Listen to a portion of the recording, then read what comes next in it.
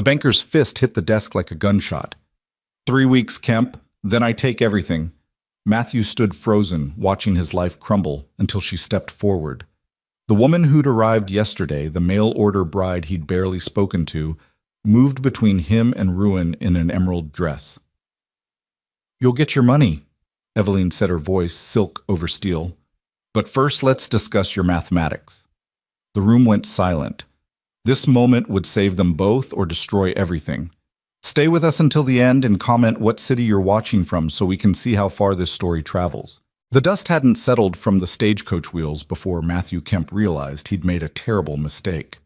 She stood there in the brutal afternoon sun of Pinecrest, Nebraska territory, looking like she'd stepped out of a Boston drawing room and landed in hell by accident.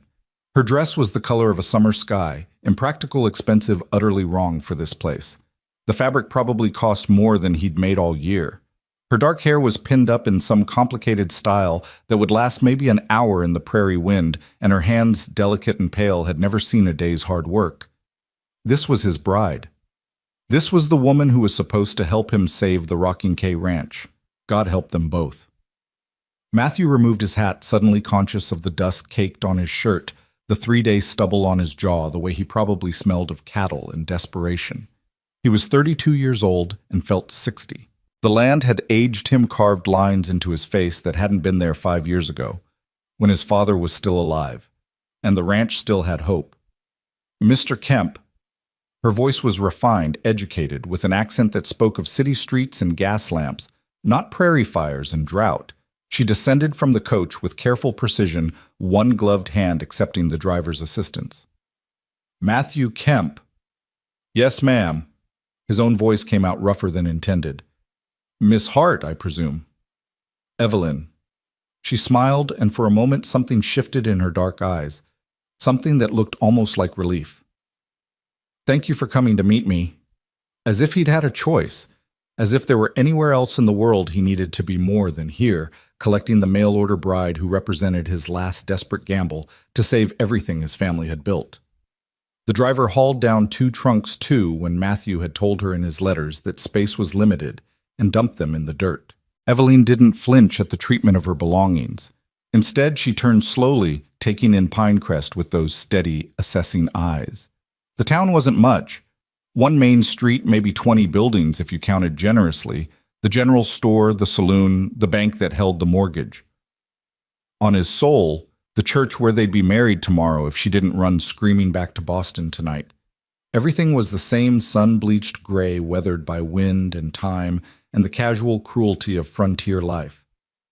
"It's beautiful," she said. Matthew actually laughed, a short, bitter sound. "Ma'am, I don't know what you think beautiful means, but no, truly." She gestured toward the horizon where the prairie rolled out endlessly under a sky so blue it hurt to look at.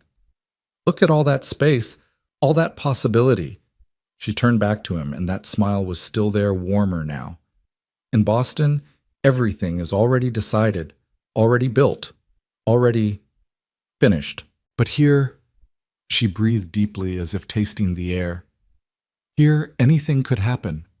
Something twisted in Matthew's chest, something he'd thought died with his father, with his dreams, with every dried-up crop and dead calf and letter from the bank. It felt dangerously close to hope. "We should get going," he said roughly, bending to grab one of her trunks. "Jesus, what did she have in here, bricks?" "It's an hour to the ranch, and we want to make it before dark." "Of course." She moved to take the other trunk. "I've got it," Matthew said quickly. "I'm perfectly capable." "Miss Hart." He fixed her with a look. "I may be broke, and I may be desperate enough to send for a wife through the mail, but I'm not so far gone that I let a woman carry her own luggage. Now get in the wagon." For a moment, something flashed in her eyes, something sharp and bright that made him think of lightning before a storm. Then she nodded, gathered her skirts, and climbed onto the wagon seat with more grace than it deserved. The ride started in silence. Matthew focused on the horses on the familiar rutted road that led home. He'd traveled this path 1,000 times into town for supplies for church, for those increasingly desperate meetings with Ernest Thornton at the bank. The land stretched out on both sides, brown and stubborn. It hadn't rained properly in months. The prairie grass crunched under the wagon wheels like old bones. "Tell me about the ranch," Eveline said finally. Matthew kept his eyes on the road. "Not much to tell. 160 acres, give or take. We run cattle mostly, though not as many as we used to. Had some wheat planted, but the drought." He shrugged. "My father built the place 20 years ago. Thought he was building something that would last generations. But life had other ideas."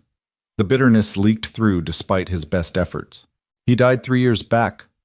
Heart gave out during a hard winter. Been just me since then, and I've been struggling." That was putting it mildly. The truth was darker, uglier. The truth was that he was 3 months behind on the mortgage, that he'd sold off half the herd just to make last year's payment, that Thornton had made it crystal clear the bank's patience was exhausted. "The letter you sent," Eveline said carefully, "you mentioned you needed help, a partner." "That's right." Matthew risked a glance at her. She sat straight-backed on the hard wagon seat, hands folded in her lap, watching the horizon like she could read secrets there. "I've been trying to work the place alone, but it's too much. The house is falling apart, the books are a mess, and I can barely keep up with the daily work, much less plan for the future." "So you sent for a wife?" "So I sent for a wife," he agreed. "Figured I'd be honest about it.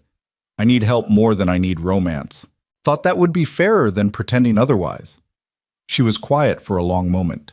Then, "And what did you expect when you imagined the woman who would answer your advertisement?" Matthew considered lying, then decided against it. They were past the point of pretty deceptions. "Someone sturdy," he admitted. "Someone used to hard work. A farmer's daughter, maybe, or a widow who knew what frontier life meant. Someone who could churn butter and mend fences and not mind that the house only has 2 rooms and the nearest neighbor is 5 miles away." "Someone," Eveline said softly, "who was nothing like me." "Ma'am." "It's all right, Mr. Kemp. I'm aware I don't look like a pioneer woman." There was something in her voice, not hurt exactly, but a kind of weary acknowledgement. "I'm aware that I'm probably the last person you wanted to see step off that coach." "I didn't say that." "You didn't have to." She turned to look at him fully now, and those dark eyes pinned him in place. "Let me be equally honest, then. I didn't come here because I dreamed of prairie adventures. I came because I had nowhere else to go." The admission hung between them stark and raw. "What happened?" Matthew asked. "My father was a businessman in Boston, successful, respected, wealthy enough that I never wanted for anything." Her voice went flat, mechanical, as if she was reciting facts that had happened to someone else. 2 years ago, he was accused of embezzling from his partners. The scandal was spectacular. Headlines in every paper. A trial that lasted 6 months. In the end, he was acquitted technically, but the damage was done. His business collapsed. His reputation was destroyed. He died last winter, and She took a shaky breath. "I found myself alone, unmarriageable, with whispers following me everywhere I went. Your advertisement seemed like Providence. A new start where no one knew my name or my history." Matthew felt something shift in his understanding of the woman beside him. She wasn't some pampered city girl looking for adventure. She was a refugee fleeing toward survival just like he was. "Did he do it?" The question came out before he could stop it. "Your father, did he steal that money?" "No." The answer was immediate, fierce, absolute. "He was many things proud, sometimes foolish, but he was not a thief. He was set up by a junior partner who needed a scapegoat for his own crimes. But proof is a luxury we couldn't afford, and reputation is everything in Boston society. Once it's lost," she trailed off. "Out here," Matthew said slowly, "nobody cares who your father was or what he did or didn't do. Hell, half the people in Nebraska are running from something. Fresh start is what the frontier's for." She smiled at him, then really smiled with warmth and gratitude that made her whole face transform. "That's what I'm hoping for, Mr. Kemp." "Matthew," he said, "if we're getting married tomorrow, you should probably call me Matthew." "Matthew," she repeated, testing the name. "And you must call me Eveline." The ranch appeared on the horizon as the sun began its descent, a collection of weathered buildings that looked even more pathetic than Matthew remembered. The main house was a two-room cabin his father had built with his own hands, solid but plain. The barn listed slightly to the left, needing repairs he couldn't afford. The chicken coop was held together with hope and baling wire. The whole place looked tired, defeated, hanging on through sheer stubbornness. He felt Evelyn go still beside him. "I know it's not much," Matthew started. "It's yours," she said simply. "That makes it everything." Something in his chest cracked open, some defensive wall he'd built up over years of loss and failure. This woman, this refined Boston lady, who should have taken one look at his failing ranch and demanded the next coach back east, was looking at his broken-down homestead like it mattered, like it was worth saving. Maybe he thought he'd been wrong about what he needed in a wife. They pulled up to the house as the first stars began appearing. Matthew climbed down, then offered his hand to help Evelyn descend. She took it without hesitation, her gloved fingers surprisingly strong in his. "I should warn you," he said as he grabbed her trunks. "The house is basic. There's a main room with the kitchen and a wood stove and a bedroom in the back. I've been sleeping out in the barn to give you privacy until we're properly married." "That's not necessary." "It is to me." He pushed open the door, revealing the interior. He tried to clean up this morning, swept the floor, put fresh flowers in a jar on the table, made sure the stove was working. But there was no hiding the poverty of the place. The furniture was rough and handmade. The walls were bare logs. The whole house could probably fit inside the parlor of whatever mansion she'd grown up in. Evelyn stepped inside, set down her bag, and turned in a slow circle. Matthew braced himself for disappointment, for tears, for the inevitable moment when the reality of what she'd agreed to would hit her. Instead, she walked to the table and touched the wildflowers gently. "You picked these for me." Yeah. Thought it might make the place seem less, they're perfect." She looked around again, and he could see her taking inventory: the cast iron stove, the rough table and chairs, the shelves on the wall, the door to the small bedroom. "It's clean. It's solid. It's a home, Matthew. Maybe not a grand one, but a real one. That's more than many people have." "There's a well out back," he heard himself saying. "Water's good. And the stove works fine once you get the hang of it. I've got supplies in the cupboard: flour, beans, some salt pork. Not fancy, but—" "Matthew." She turned to face him, cutting off his nervous babbling. "Stop apologizing for your life. You built something here. You've kept it going despite everything working against you. That takes strength." "It takes stupidity," he said harshly. "A smart man would have sold out 2 years ago, taken what he could get, and started over somewhere easier." "But you didn't." "No." He met her eyes. "I didn't. Because it matters to you. Because it was your father's legacy. Because walking away would have meant admitting defeat." She nodded slowly. "I understand that more than you know." The moment stretched between them, heavy with things unsaid. Then Evelyn cleared her throat and turned away, breaking the spell. "I should unpack," she said briskly. "And you should show me where things are. If I'm going to be useful, and I intend to be, I need to understand how the household works." "But Evelyn, you just got here. You must be exhausted from the journey." "I'm tired of being useless," she said, and there was steel underneath the refined accent. "In Boston, I spent 2 years being decorative and pitied and watching my life shrink to nothing. I came here to be more than that. So please let me start now." Matthew studied her for a long moment, seeing past the fine dress and the city manners to the determination beneath. She meant it. This wasn't polite protest or performative helpfulness. She genuinely wanted to work. "All right, Ma," he said. "Let me show you the ranch." They spent the next hour walking the property as twilight deepened into true night. Matthew pointed out the barn where he kept the remaining cattle, the empty fields where wheat should have been growing, the broken fence post that needed replacing, the dried-up creek bed that should have been running with water. With every revelation of failure, he expected her to wilt, to realize she'd made a terrible mistake. But Evelyn just listened, asked questions, and took it all in with that same steady assessment. "You mentioned books," she said as they walked back toward the house, the prairie wind picking up around them. "Account books." "Such as they are." Matthew felt heat creep up his neck. "I'm not much for paperwork. Numbers were never my strong suit. I know roughly what I owe, what I've got, but the actual record keeping—" He trailed off. May I see them? Now. Is there a reason to wait? There wasn't really, except that Matthew was ashamed of those books of the crossed-out entries and the stained pages and the increasingly desperate calculations scratched in the margins. But if they were going to be married, if she was really going to be his partner in this disaster, she needed to know the truth. Inside, he lit the oil lamp and pulled out the ledger from under the bed, where he'd been keeping it. The cover was water-stained and bent. He set it on the table like a man presenting evidence at his own trial. "It's bad," he warned. "Real bad." Evelyn sat down, pulled the lamp closer, and opened to the first page. Matthew watched her face as she began reading, tracing her finger down the columns of numbers. Her expression didn't change, no shock, no dismay, just intense concentration. Minutes passed. She turned pages, made small sounds of understanding, occasionally paused to study an entry more carefully. Matthew found himself holding his breath, waiting for her verdict. Finally, she looked up. "You're 3 months behind on the mortgage. 3.5 now, probably. The bank is Ernest Thornton at Pinecrest Savings." "Yeah." "He's charging you 8% interest." "That's what we agreed to when my father took out the loan. It's also significantly higher than the standard rate for agricultural mortgages." She tapped the page. "And these penalty fees for late payments, they're excessive, almost predatory." Matthew blinked. "How do you know that?" "My father was a businessman.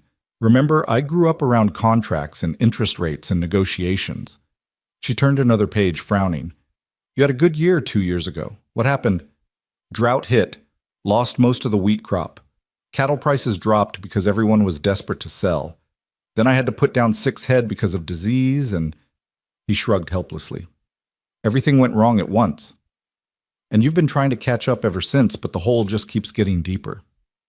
It wasn't a question. She'd seen it all there in the numbers, the slow hemorrhage of money, the desperate attempts to stay afloat, the inevitable decline toward total loss. "I've got maybe 3 weeks before Thornton forecloses," Matthew said flatly. "I've been trying to think of something, anything, but I can't sell the cattle because I need them for breeding stock. Can't sell the land piecemeal because nobody's buying in a drought. Can't borrow more because nobody's lending to a man who's already drowning." He laughed without humor. "That's why I sent for you, if I'm being completely honest. Thought maybe a wife could help me work harder, make the place more efficient, stretch what we've got. But looking at these numbers now with fresh eyes, I don't think hard work is going to save us." He expected her to close the book, to make some polite excuse, to perhaps suggest that the wedding tomorrow should be postponed while she reconsidered her options. Instead, Evelyn pulled the ledger closer and began flipping back through the pages, her brow furrowed in thought. "What about diversification?" she asked. "What? You're treating this as a cattle ranch, but you have land that could be used for other purposes. What about that orchard your father planted, the one you pointed out earlier?" "The apple trees." Matthew shook his head. "They're half wild, haven't been properly maintained in years. We get some fruit, but not enough to matter." "How much fruit?" "I don't know. A few bushels maybe. I mostly let them fall and rot because I don't have time to deal with them." Evelyn's eyes lit up with something that looked dangerously like excitement. "Matthew, there's a market for dried fruit. A significant market. If we could harvest those apples, dry them properly, package them, they'd be worth more than fresh fruit, and they'd keep indefinitely. We could sell them to merchants heading west on the wagon trains, to mining camps, to military posts. Dried apples are a luxury item in places where fresh fruit is scarce. I don't know anything about drying fruit. But I do." She sat back, and there was color in her cheeks now, animation in her voice. "My mother, before she died, she used to preserve everything. I helped her. I know the process, the timing, the methods, and the mathematics." She tapped the ledger again. "If we could produce even 50 pounds of dried apples at current market rates, that would generate enough income to make a mortgage payment, maybe 2. Hope was a dangerous thing. Matthew had learned that the hard way over the past 3 years. But sitting across from this woman who'd arrived just hours ago, who was looking at his failing ranch and seeing possibilities instead of ruin, he felt it stirring again despite his best efforts to kill it. "That would require an investment," he said slowly. "Drying rack storage containers, maybe hiring help for the harvest? How much do you have available?" "In cash." "Maybe $30. Then we'll make do with $30. She pulled a clean page toward her and began sketching a quick diagram. Drying racks can be built from scrap wood. Storage can be repurposed crates from the general store. The harvest can be just the two of us. It's labor-intensive but not complicated. She was writing now, calculating her handwriting neat and precise. The apples should be ripe in 6 weeks. That gives us time to prepare to build what we need to maybe make arrangements with merchants in advance. Evelyn. Matthew reached across the table, stilling her hand. Even if this works, and I'm not saying it will, one good season won't save the ranch.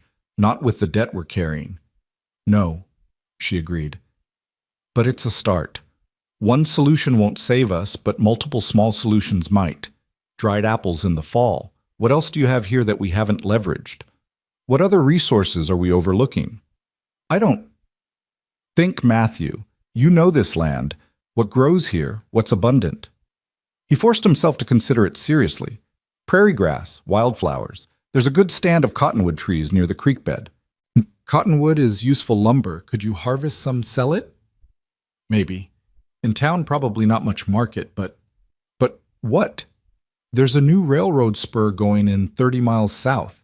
They might need lumber for ties for building materials. He felt something shift in his mind, ideas connecting in ways he hadn't considered before. And the prairie grass people don't realize how much feed value it has even when it looks dead. I could bale some, sell it to the cavalry post for their horses. Yes. Evelyn's smile was brilliant. You see multiple income streams. We diversify, we adapt, we find ways to generate revenue that don't depend on cattle prices or rainfall. That's how we stabilize the foundation. And the mortgage? Her smile faded. That's the immediate crisis. For that, we need to negotiate with Thornton, buy time, restructure the terms if possible. He won't let me talk to him. Her voice was quiet but absolutely certain. After the wedding tomorrow, let me negotiate. Matthew stared at her. Evelyn Thornton is a hard man. He didn't get where he is by being generous or flexible. And with all due respect, you're a woman who just arrived from Boston. He's not going to... Matthew. She met his eyes squarely. Trust me. My father's business may have failed, but not because he didn't teach me how commerce works. I understand men like Thornton. I understand their mathematics and their motivations. I can speak his language in ways you can't. There was steel in her voice, confidence that bordered on arrogance. Part of Matthew wanted to protect her from the humiliation he was certain would come. But another part, the part that was drowning and desperate and running out of options, wanted to believe her. If he laughs you out of his office, then we'll be no worse off than we are now, Evelyn said practically. But I don't think he will. I think he'll listen, because I'm going to make him an offer that serves his interests as well as ours. What kind of offer? She smiled a different smile now, sharp and knowing. One that acknowledges he's a businessman, not a villain. He doesn't want your ranch, Matthew. Foreclosures are messy and time-consuming, and he'd have to find a buyer in a terrible market. What he wants is his money reliably with minimal risk. If I can show him a path to that, a restructured loan with realistic payments based on diversified income, he'll take it. Not because he's kind, but because it's smarter than the alternative. You sound very confident. I am confident, in this at least. Her expression softened. I may not know how to mend a fence or churn butter yet, Matthew, but I know numbers, I know business. Let me use what I'm good at to help us. The lamp flickered, throwing shadows across her determined face. Outside, the prairie wind howled softly against the cabin walls. Somewhere in the darkness, a coyote called out lonely and fierce. Matthew took a deep breath and made his decision. All right, he said. After we're married tomorrow, we'll go talk to Thornton together. You can make your case. Not together, Evelyn corrected gently. I need to talk to him alone. Or rather, I need him to think I'm the one in control of the conversation. If you're there, he'll direct everything toward you as the man is the property owner. But if I go alone... She paused. Let me handle this my way, please. It went against everything he'd been raised to believe, that a man protected his wife, that a man handled his own business, that asking a woman to negotiate with someone like Thornton was wrong. But Matthew was desperate enough to set pride aside. Okay, he said, your way. Relief washed over her face. Thank you. They sat there in the lamplight, the silence settling comfortable between them now. The ledger lay open on the table, its grim story laid bare. But somehow, with Evelyn sitting across from him, making notes and calculations, it seemed less like a death sentence and more like a puzzle that might have a solution.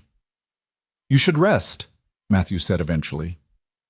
"It's been a long day, and tomorrow—" He cleared his throat. "Tomorrow's going to be busy." "The wedding," Evelyn said softly. "Yeah. Are you having second thoughts?" The question was gentle, giving him room to be honest. Matthew considered lying, then decided against it. They'd been honest with each other so far. No point in stopping now. "I'm scared," he admitted. "Scared that I'm pulling you into a disaster. Scared that everything you're planning won't be enough. Scared that I'm going to fail you the same way I've been failing this ranch." "Matthew." Evelyn reached across the table and took his hand the first time she'd touched him without gloves. Her skin was soft, but her grip was firm. "We're both scared. We're both taking a tremendous gamble on each other. But here's what I know, we're both fighters, we're both survivors, and we're both out of other options." She squeezed his hand. "So tomorrow we make our promises in front of God and the law, and then we fight like hell to keep them, together, as partners." "Partners," Matthew repeated, testing the word. "Equal partners," Evelyn emphasized. "Not master and servant, not protector and protected. Two people working toward the same goal with whatever skills and strengths we each bring." It was a strange idea, stranger than he'd expected when he'd written that advertisement, seeking a practical, hard-working wife. But looking at this refined Boston lady who'd arrived in her blue dress and impractical hair, who'd studied his books and seen solutions where he'd seen only ruin, who was willing to face down a banker and build drying racks and start over in the middle of nowhere, maybe he thought she was exactly what he needed after all. "Equal partners," he agreed. They said goodnight, then awkward and formal, both aware of the enormity of what they'd committed to. Matthew retreated to the barn where he'd made himself a rough bed in the loft, and through the small window he could see the lamp still burning in the cabin as Evelyn presumably unpacked and settled into her new home. Tomorrow they'd be married. Tomorrow everything would change. But tonight, for the first time in 3 years, Matthew Kemp allowed himself to believe that maybe, just maybe, the Rocking K Ranch had a fighting chance at survival. The wind whispered through the prairie grass, carrying the scent of dust and wild sage, and the promise of storms that never seemed to come. Matthew lay back on the hay, hands behind his head, staring at the barn's dark rafters. "All right, Pa," he whispered to the ghost of his father, wherever it might be. "I'm doing this your way, taking a risk, trusting someone new, refusing to give up. I hope to God it works." The darkness gave no answer. But then it never did. The morning of the wedding arrived with a sky so clear it looked like polished glass. Matthew woke before dawn, as he always did, his body trained by years of ranch work to rise with the first hint of light. But this morning was different. This morning he lay there in the hay for a long moment, heart hammering against his ribs, wondering if Evelyn had changed her mind during the night. It wouldn't be unreasonable. She'd seen the ranch, now understood the depth of the problems they faced. A sensible woman would ask for the next coach back to civilization. But when he finally climbed down from the loft and approached the cabin, smoke was already rising from the chimney. Through the window he could see her moving around inside, and something in his chest loosened. She was still here. He knocked softly before entering. "Morning." Evelyn turned from the stove, and Matthew actually stopped mid-step. She'd changed from the blue traveling dress into something simpler, a dove-gray dress with a high collar and long sleeves, proper but not ostentatious. Her hair was pulled back in a neat bun, and she looked somehow both more approachable and more beautiful than she had yesterday. "Good morning," she said, and there was only the slightest tremor in her voice. "I hope you don't mind. I found coffee in the cupboard and took the liberty of making some." "Mind God, no." Matthew moved to the table where she'd set out 2 tin cups. The coffee smelled like heaven. "I usually don't bother with it, except on Sundays."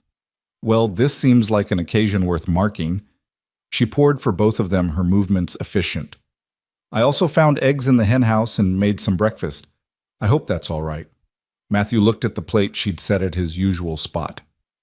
Scrambled eggs, toasted bread, even a small jar of what looked like jam. His throat went tight. You didn't have to do all this. I wanted to. She sat down across from him, cradling her own cup. Besides, I needed something to do with my hands. I've been awake since 4, too nervous to sleep.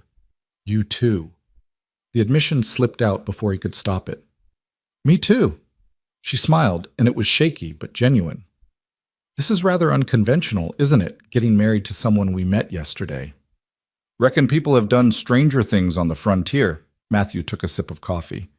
It was perfect, strong, and hot, and exactly what he needed. But, yeah, it's unconventional.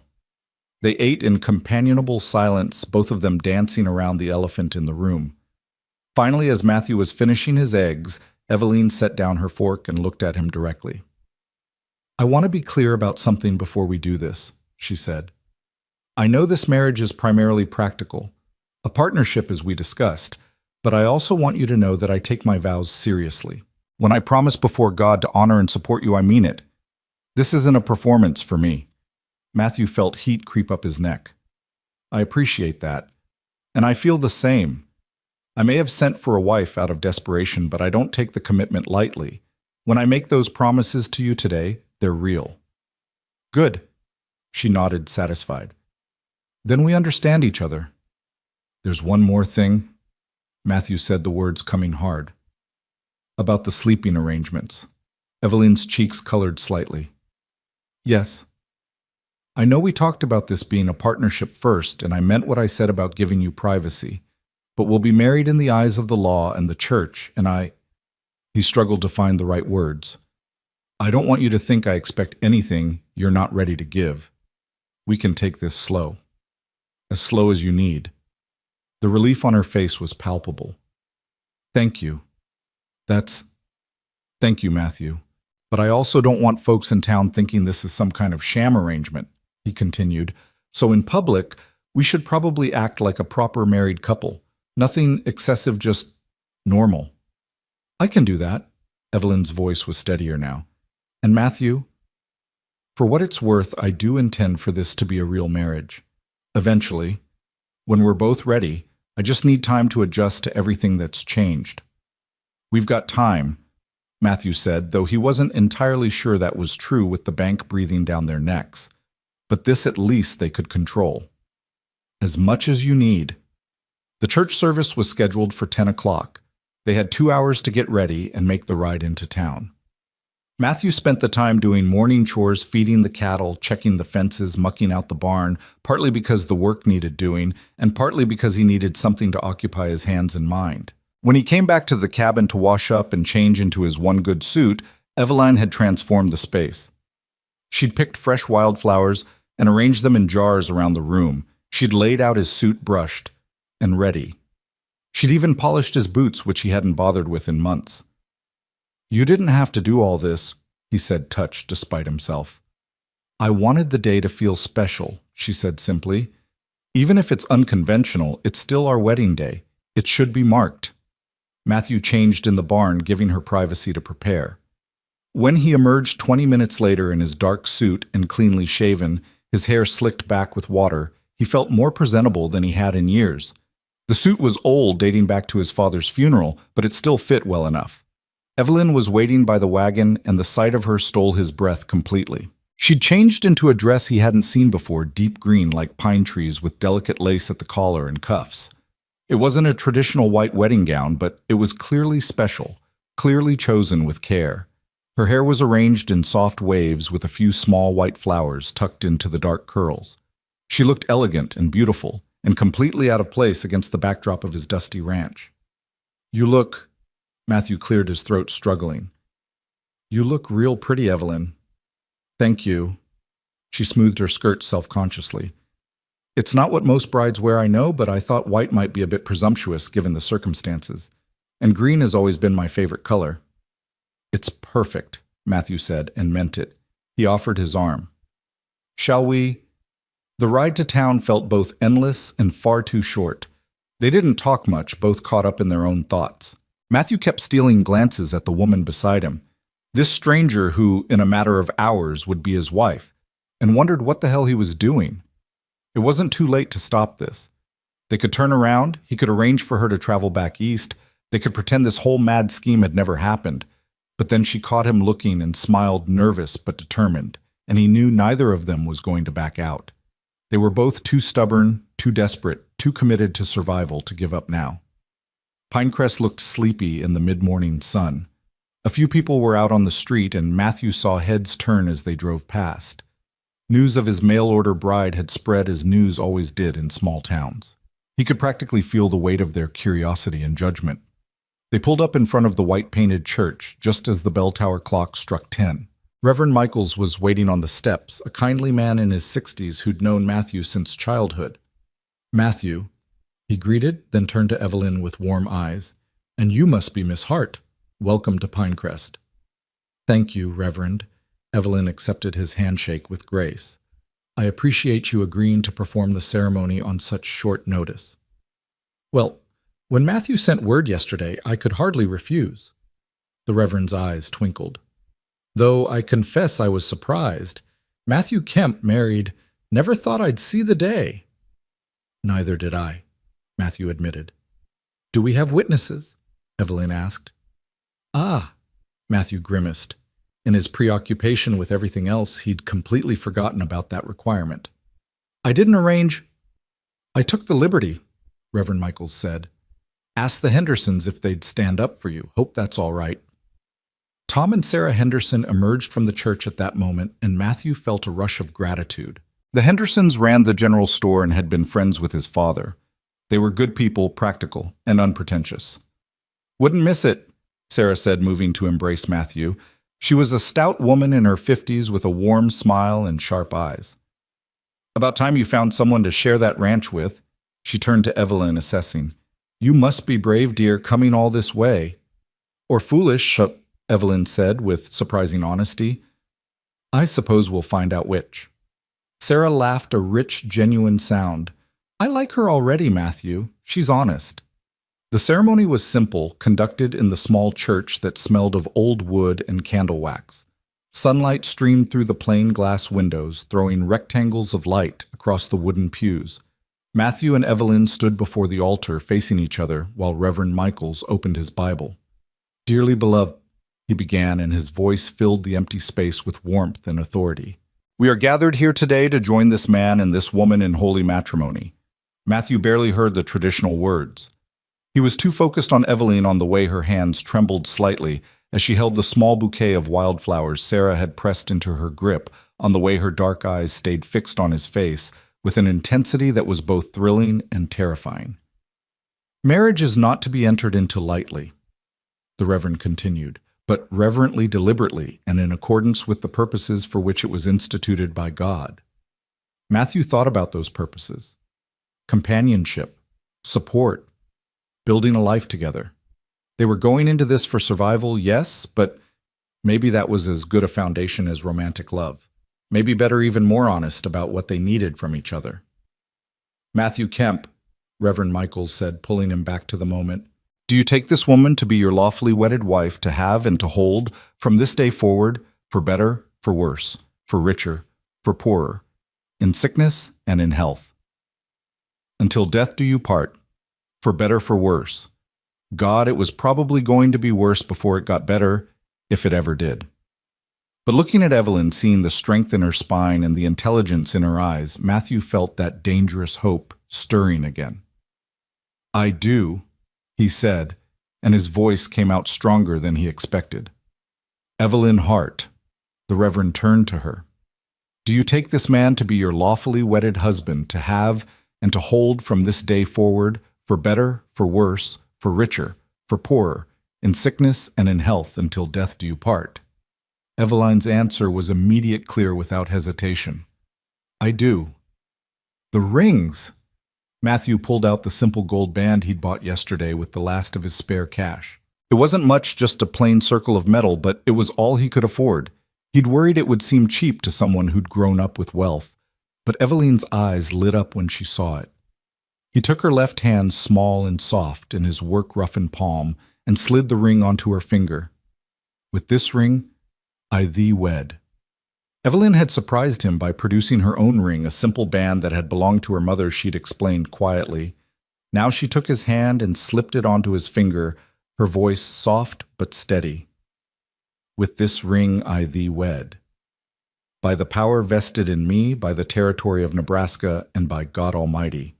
Reverend Michaels proclaimed, "I now pronounce you man and wife." He smiled. "Matthew, you may kiss your bride." This was the moment Matthew had been dreading and anticipating in equal measure. He stepped closer to Evelyn, giving her time to pull back if she wanted. But she tilted her face up to his eyes, steady, granting permission. The kiss was brief, chaste, just a soft press of lips that lasted maybe 3 seconds. But something passed between them in that moment, a seal on the promises they'd made, an acknowledgement of the leap of faith they were both taking. When they pulled apart, Evelyn's cheeks were flushed and her breathing was slightly unsteady. Matthew's heart was hammering so hard he was sure everyone could hear it. "Well then," Reverend Michaels said cheerfully, breaking the tension. "That's official. Mr. and Mrs. Matthew Kemp." Sarah Henderson applauded, and Tom shook Matthew's hand with genuine warmth. They signed the marriage certificate in the Reverend's office, making it legal in the eyes of both church and state. Matthew's signature was rough and blocky next to Evelyn's elegant script, but they looked right together on the page, 2 different styles creating something new. Outside the church, Sarah pulled Evelyn aside while Tom clapped Matthew on the shoulder. "You did it," Tom said quietly. "Took guts sending for a bride like that." "Took desperation, but," Matthew corrected. "Maybe, but look at her, Matthew. She's smart, I can see it in her eyes, and she's got backbone. She'll be good for you, I think." Matthew hoped Tom was right. God, how he hoped. Evelyn reappeared then, and Sarah gave Matthew a meaningful look. "I invited them for lunch at our place, but they declined. Said they had important business to attend to." "The bank," Matthew said grimly. "Ah." Tom's expression turned serious. "Still having trouble with Thornton." "You could say that. Well, if you need anything." "I appreciate it, Tom, but I think this is something we need to handle ourselves." They said their goodbyes and climbed back into the wagon. As they pulled away from the church, Evelyn sat up straighter, squaring her shoulders like someone preparing for battle. "Are you ready for this?" Matthew asked. "No," she admitted. "But we're doing it anyway." She turned to look at him. "Drop me at the bank. Then go to the general store or the saloon, anywhere but there. Give me 30 minutes. Evelyn, trust me, Matthew, please."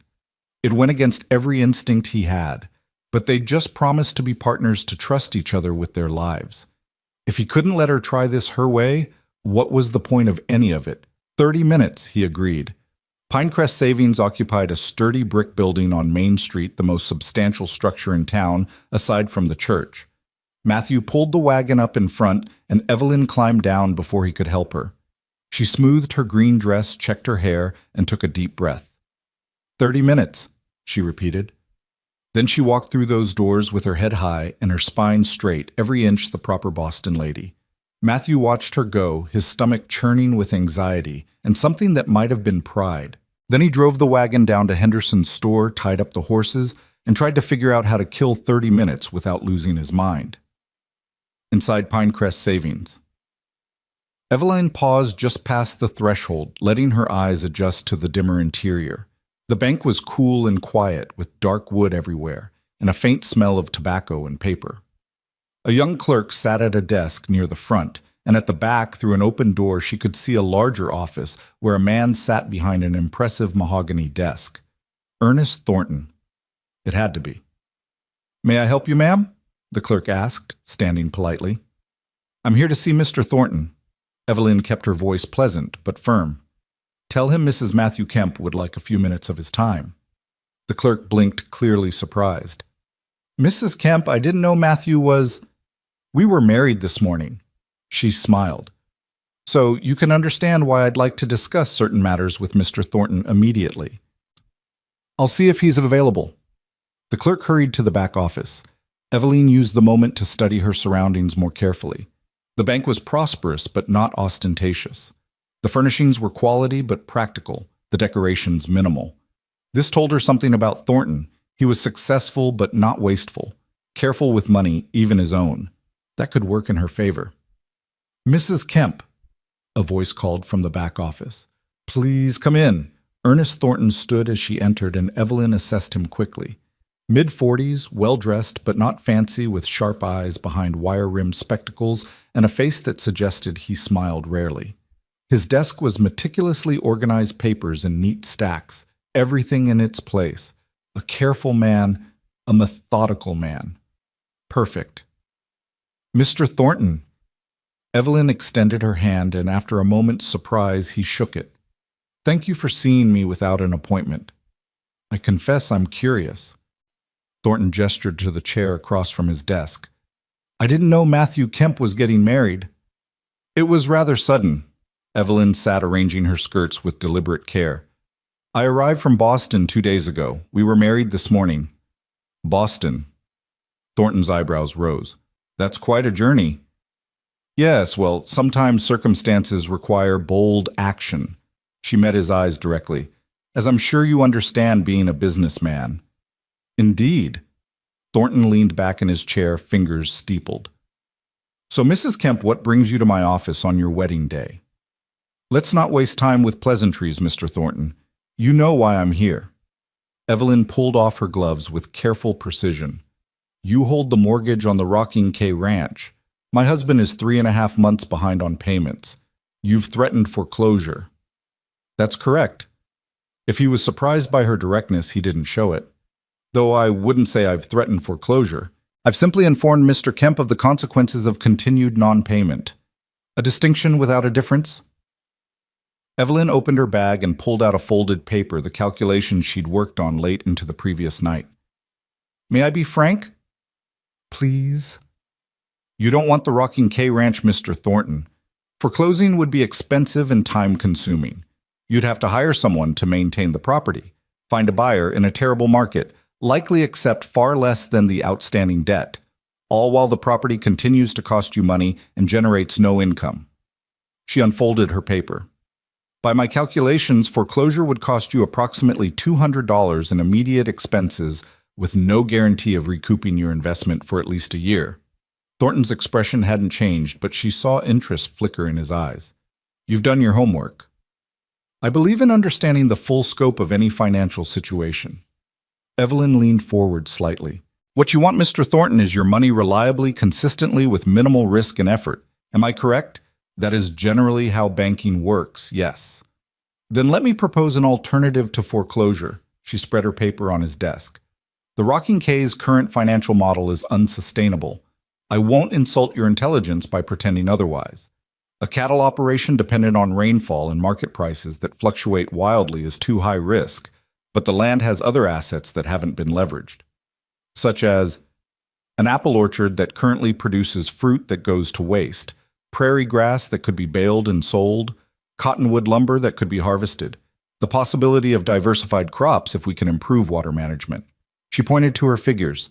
I've projected conservative revenue streams from each of these sources. Combined, they would generate enough income to support restructured loan payments. Thornton picked up the paper, studying her calculations with those sharp eyes. The silence stretched out, broken only by the ticking of the clock on the wall. Evelyn forced herself to sit still to project confidence, even as her heart hammered against her ribs. These projections assume optimal conditions, Thornton said finally. They assume reasonable conditions, Evelyn corrected. I've built in a 20% buffer for setbacks and unforeseen circumstances. These are conservative estimates, not fantasies, and you believe you and Matthew can execute on this plan. I know we can. Evelyn met his gaze without flinching. My father was Charles Hart of Hart Trading Company in Boston. Before his business was destroyed by false accusations, he taught me everything about commerce accounting and business strategy. I understand profit margins and risk management. Matthew understands the land and the work. Together we have the skills necessary to make this succeed. Charles Hart. Thornton's eyes narrowed. I remember reading about that scandal. Your father was accused of embezzlement. Accused and acquitted, Evelyn said firmly. The charges were politically motivated and ultimately proven false, but by then the damage was done. However, his accounting methods were never questioned. Everything I learned from him about financial management remained sound, and yet his business still failed. The words were like a knife, but Evelyn didn't flinch. His business failed because reputation is everything in Boston society, and once lost, it cannot be recovered. But here on the frontier, what matters is not reputation, but results. Give us the chance to produce those results, Mr. Thornton. What exactly are you proposing? This was it, the moment everything hinged on. Evelyn took a careful breath and laid out her terms. Restructure the loan with a 12-month grace period during which we pay interest only at 6%, not your current 8%. During that time, we implement the diversification strategy.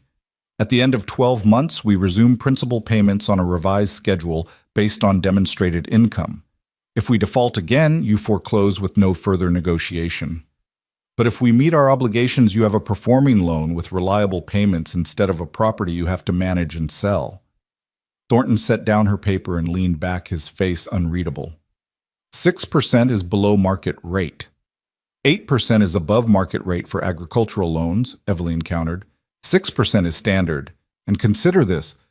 Which would you prefer, a performing loan at 6% or a foreclosed property costing you money with no income? You make a compelling argument, Mrs. Kemp. Thornton drummed his fingers on the desk. But I have shareholders to answer to. They expect returns, not charity. This isn't charity. This is smart business. Evelyn pulled out one more paper. She'd saved this for last. I've also prepared a comparison analysis. Foreclosure scenario versus restructured loan scenario with all associated costs and projected returns over 3 years. The numbers clearly favor restructuring. She pushed the second paper across the desk. Thornton studied it, and she could see him doing the calculations in his head, weighing options, considering angles. This was a man who thought like her father had thought in terms of numbers and probabilities and logical outcomes. Finally, after what felt like an eternity, he looked up. 5 months, he said. Excuse me. I'll give you 5 months of interest-only payments, not 12. If at the end of 5 months you can demonstrate sustainable income from these alternative sources, we'll discuss extending the arrangement. But I need to see results before committing to a full year. Evelyn's mind raced.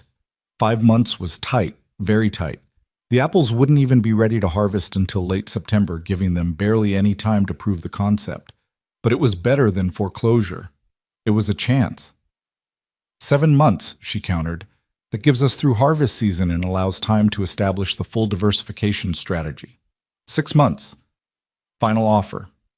6 months. It would be brutally difficult but possible if everything went right. And more importantly, it was an agreement. It was hope. 6 months, Evelyn agreed. With the interest rate reduced to 6%. 6.5%. Done.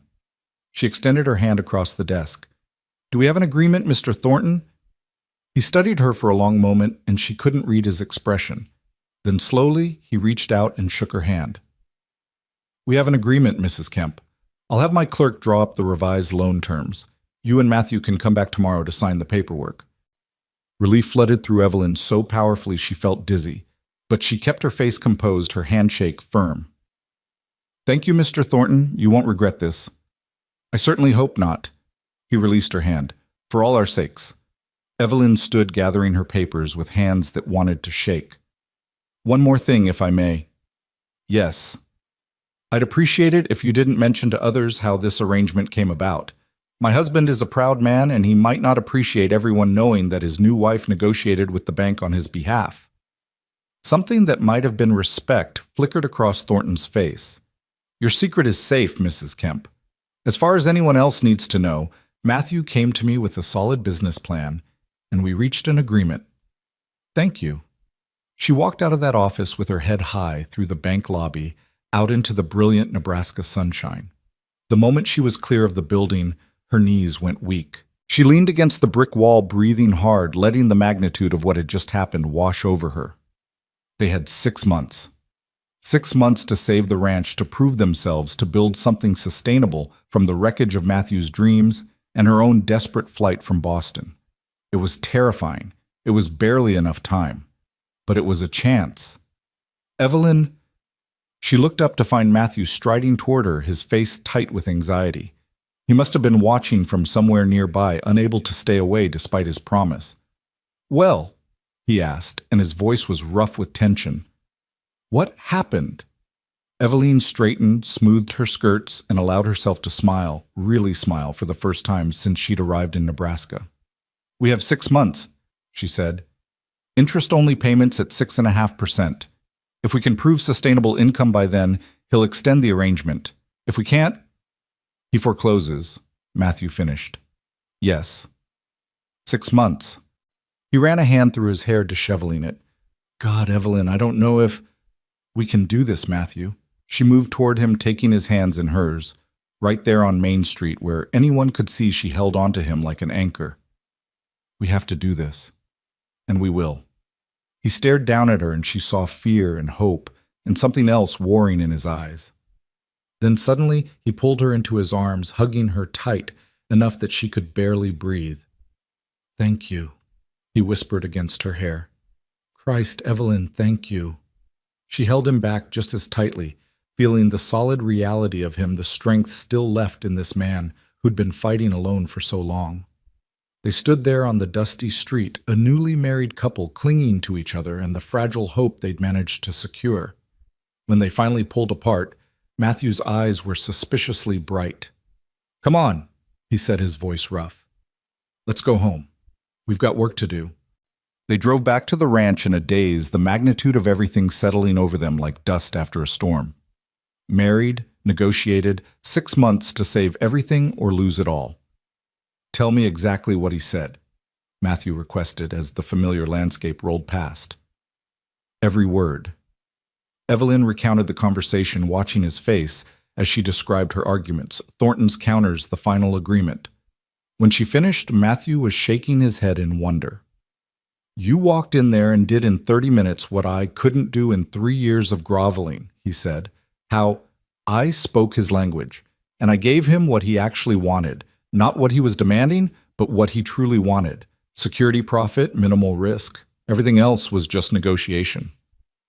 "Where did you learn to do that?" "My father." Evelyn's voice softened. "He used to say that most business disputes happen because people argue over positions instead of interests. If you can identify what someone truly needs and offer them a path to it, they'll usually deal with you, even if they don't particularly like you. Your father sounds like he was a remarkable man." "He was." She looked out at the endless prairie. "Flawed, certainly, proud to a fault, but brilliant in his way. I just wish—" She trailed off. I wish he could have seen this, could have known that what he taught me mattered, that it helped save something important." She brushed at her eyes impatiently. "Sorry, today has been rather emotional." "You're allowed to be emotional on your wedding day," Matthew said gently, "even if it's not a conventional one." They reached the ranch as the sun began its afternoon descent, painting everything in gold and amber light.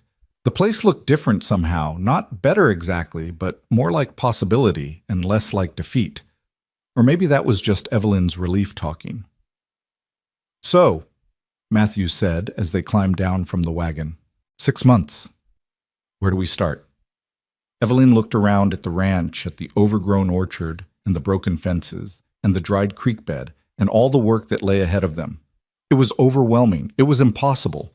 It was theirs to save or lose. "We start with the orchard," she said firmly. "The apples will be our first revenue stream. That means we need to assess the trees, build drying racks, and prepare for harvest. Can you show me what we're working with?" "Now it's your wedding day. And we have 6 months to save our home." She met his eyes. "I didn't come here to be decorative, Matthew. I came here to work, so let's work." He studied her for a long moment, then nodded slowly. "All right then, let's go see what we've got."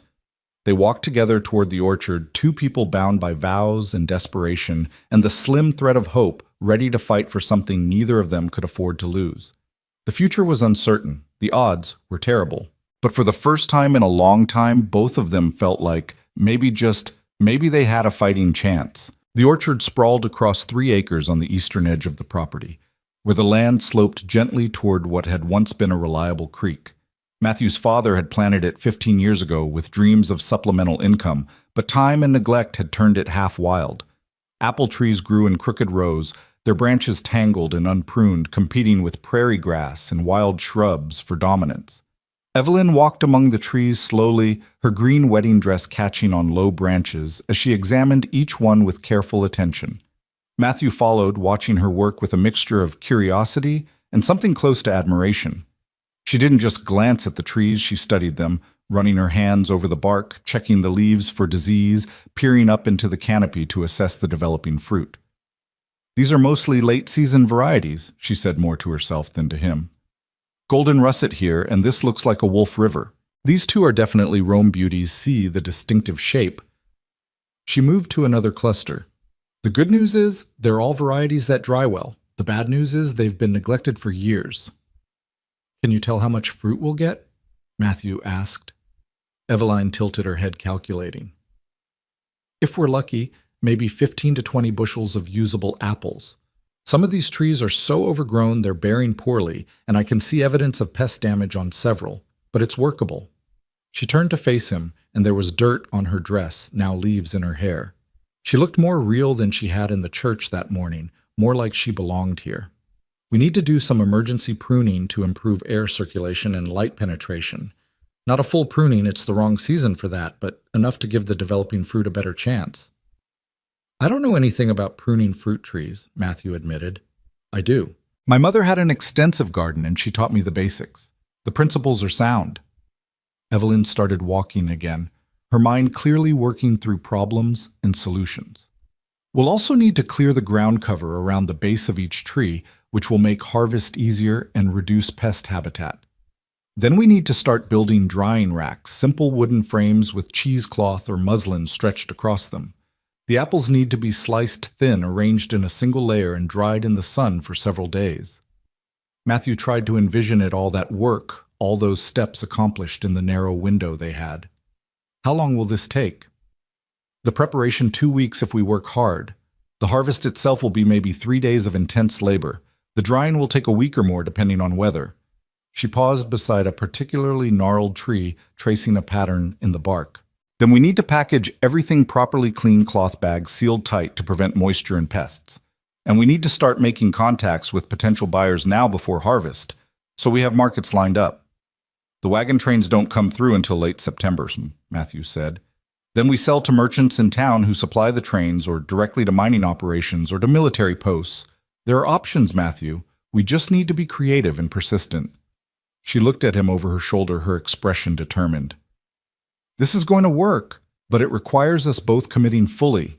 No half measures." "I'm committed," Matthew said, and realized he meant it. "Tell me what you need." They spent the rest of the afternoon in the orchard with Evelyn directing and Matthew following her instructions. She showed him which branches to cut the dead ones first, then those growing inward or crossing badly, while she worked beside him with surprising vigor. The refined Boston lady disappeared entirely as she climbed partway up a ladder he'd retrieved from the barn. Her sleeves rolled up, wielding pruning shears with confident precision. "You're good at this," Matthew observed, hauling away an armful of cut branches. "I'm good at many things people don't expect," Evelyn replied without looking down. "That's been both a blessing and a curse in my life." "How so?" She paused in her cutting, considering. "My father raised me almost like a son in many ways. He had no male heir, so he poured all his knowledge into me: business, mathematics, strategy, negotiation. I loved learning it, excelled at it. But in Boston society, intelligent women are curiosities at best and threats at worst. I was educated, but expected to be decorative. Capable, but supposed to defer to male authority. It was suffocating." "Sounds lonely," Matthew said quietly. "It was. After the scandal, it got worse. I became something to pity or avoid, depending on the day. The women who'd once called themselves my friends suddenly had no time for me. The men who'd once paid court disappeared like smoke." Her voice was matter-of-fact, but Matthew heard the pain underneath. "So when I saw your advertisement, practical, honest, needing a partner rather than a decoration, it felt like an answer to prayers I hadn't known how to pray." Matthew climbed up the ladder beside her, close enough to smell the faint lavender scent that clung to her hair. "I'm glad you answered, even if I didn't know what I was getting." She turned to look at him, and they were face to face on the ladder, close enough that he could see gold flecks in her dark eyes. "Are you disappointed?" "No." The answer came without hesitation. Confused, maybe. Overwhelmed, definitely, but not disappointed. He reached out and plucked a leaf from her hair, holding it up with a small smile. "You're full of surprises, Eveline Kemp." She blinked at the name, her new name, and something shifted in her expression. "So are you Matthew Kemp?" I expected someone broken down by defeat. Instead, I found someone still fighting. "Fighting's all I know how to do." "Then we're well matched." She handed him the pruning shears. "Here, your turn. Cut that branch there, the one angling back toward the trunk." "Yes, that one. Clean cut close to the collar." They worked until the sun touched the horizon, transforming the sky into ribbons of orange and crimson. By then they'd pruned 20 trees and cleared the ground around their bases, making visible progress through the orchard. Matthew's shoulders ached and his hands were blistered, but it was good work, purposeful work. Work that might actually save them. As they walked back toward the cabin through the gathering dusk, Eveline stumbled slightly on the uneven ground. Matthew caught her elbow, steadying her, and they both froze, suddenly aware of the contact, of the intimacy that had been growing between them all day without either noticing. "Thank you," Eveline said softly, not pulling away. "You worked hard today." Matthew set his hand still on her arm. "Too hard for your first full day here." "I worked exactly as hard as necessary." But she was swaying slightly with exhaustion. He could feel it. "Though I confess, I'll be glad to sit down." "Come on." He shifted his grip to her waist, supporting her more substantially. "Let's get you inside."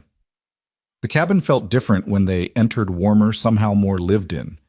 Eveline's small touches from that morning were still visible: the wildflowers on the table, the swept floor, the clean dishes stacked neatly.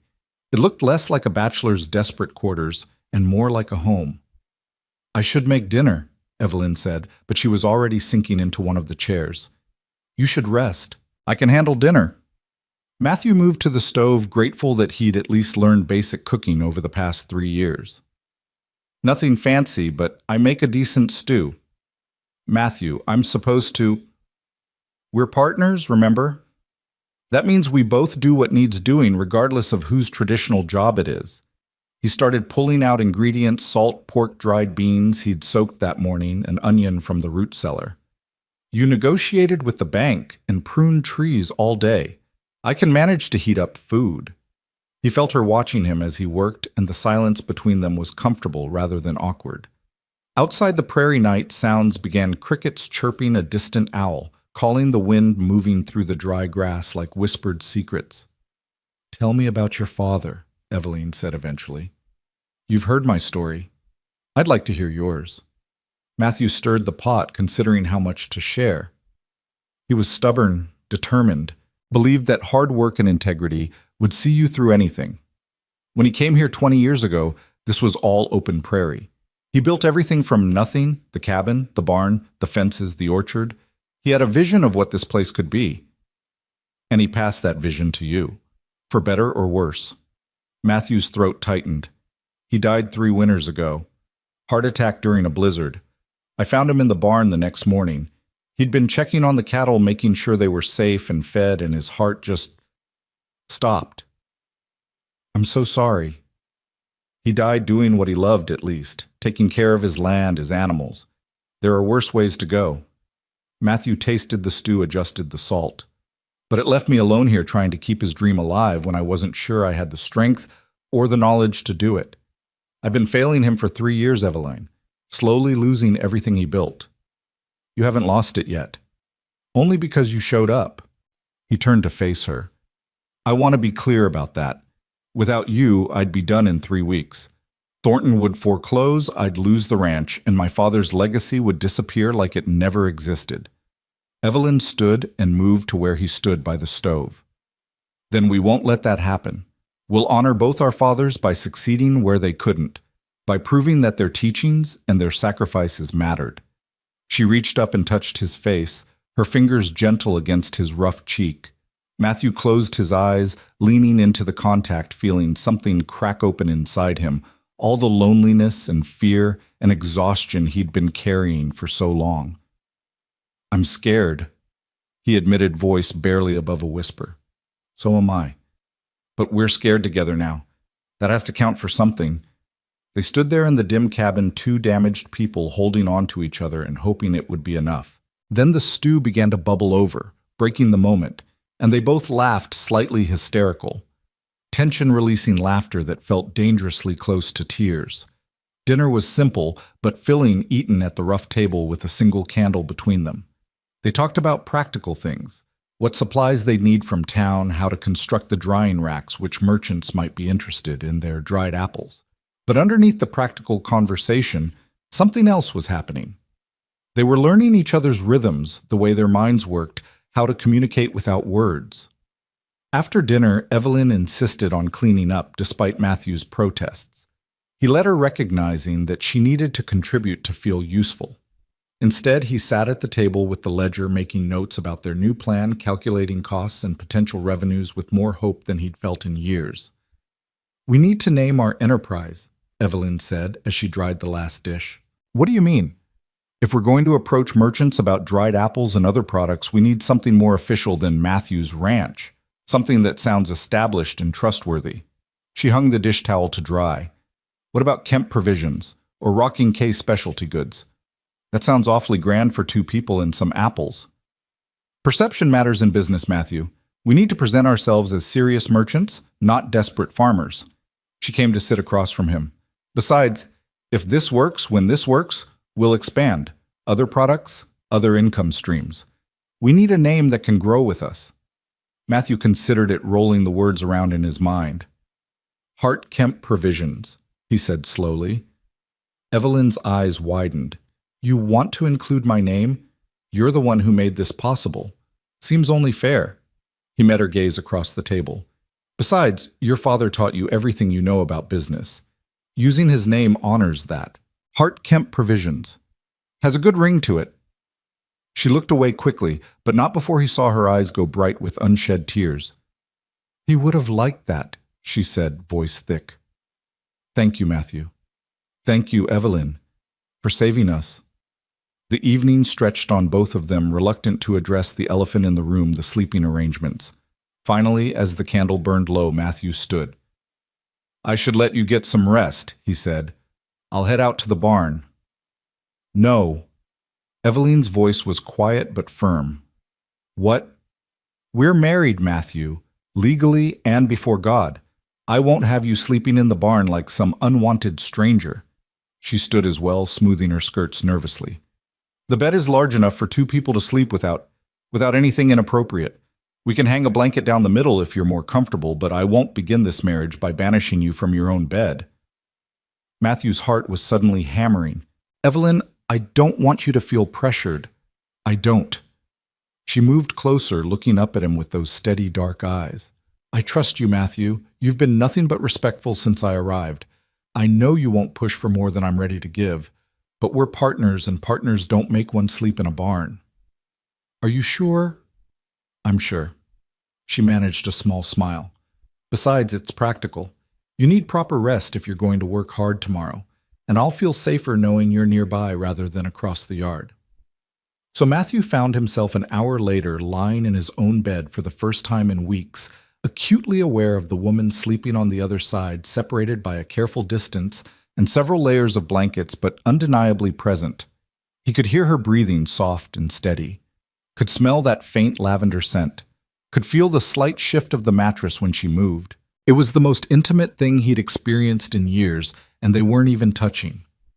"Matthew," her voice came through the darkness. "Yeah. Thank you for today, for trusting me with the bank, for listening to my ideas, for—" She paused. "For treating me like an equal." "You are an equal, Evelyn. More than equal, maybe. You've accomplished more in 2 days than I managed in 3 years.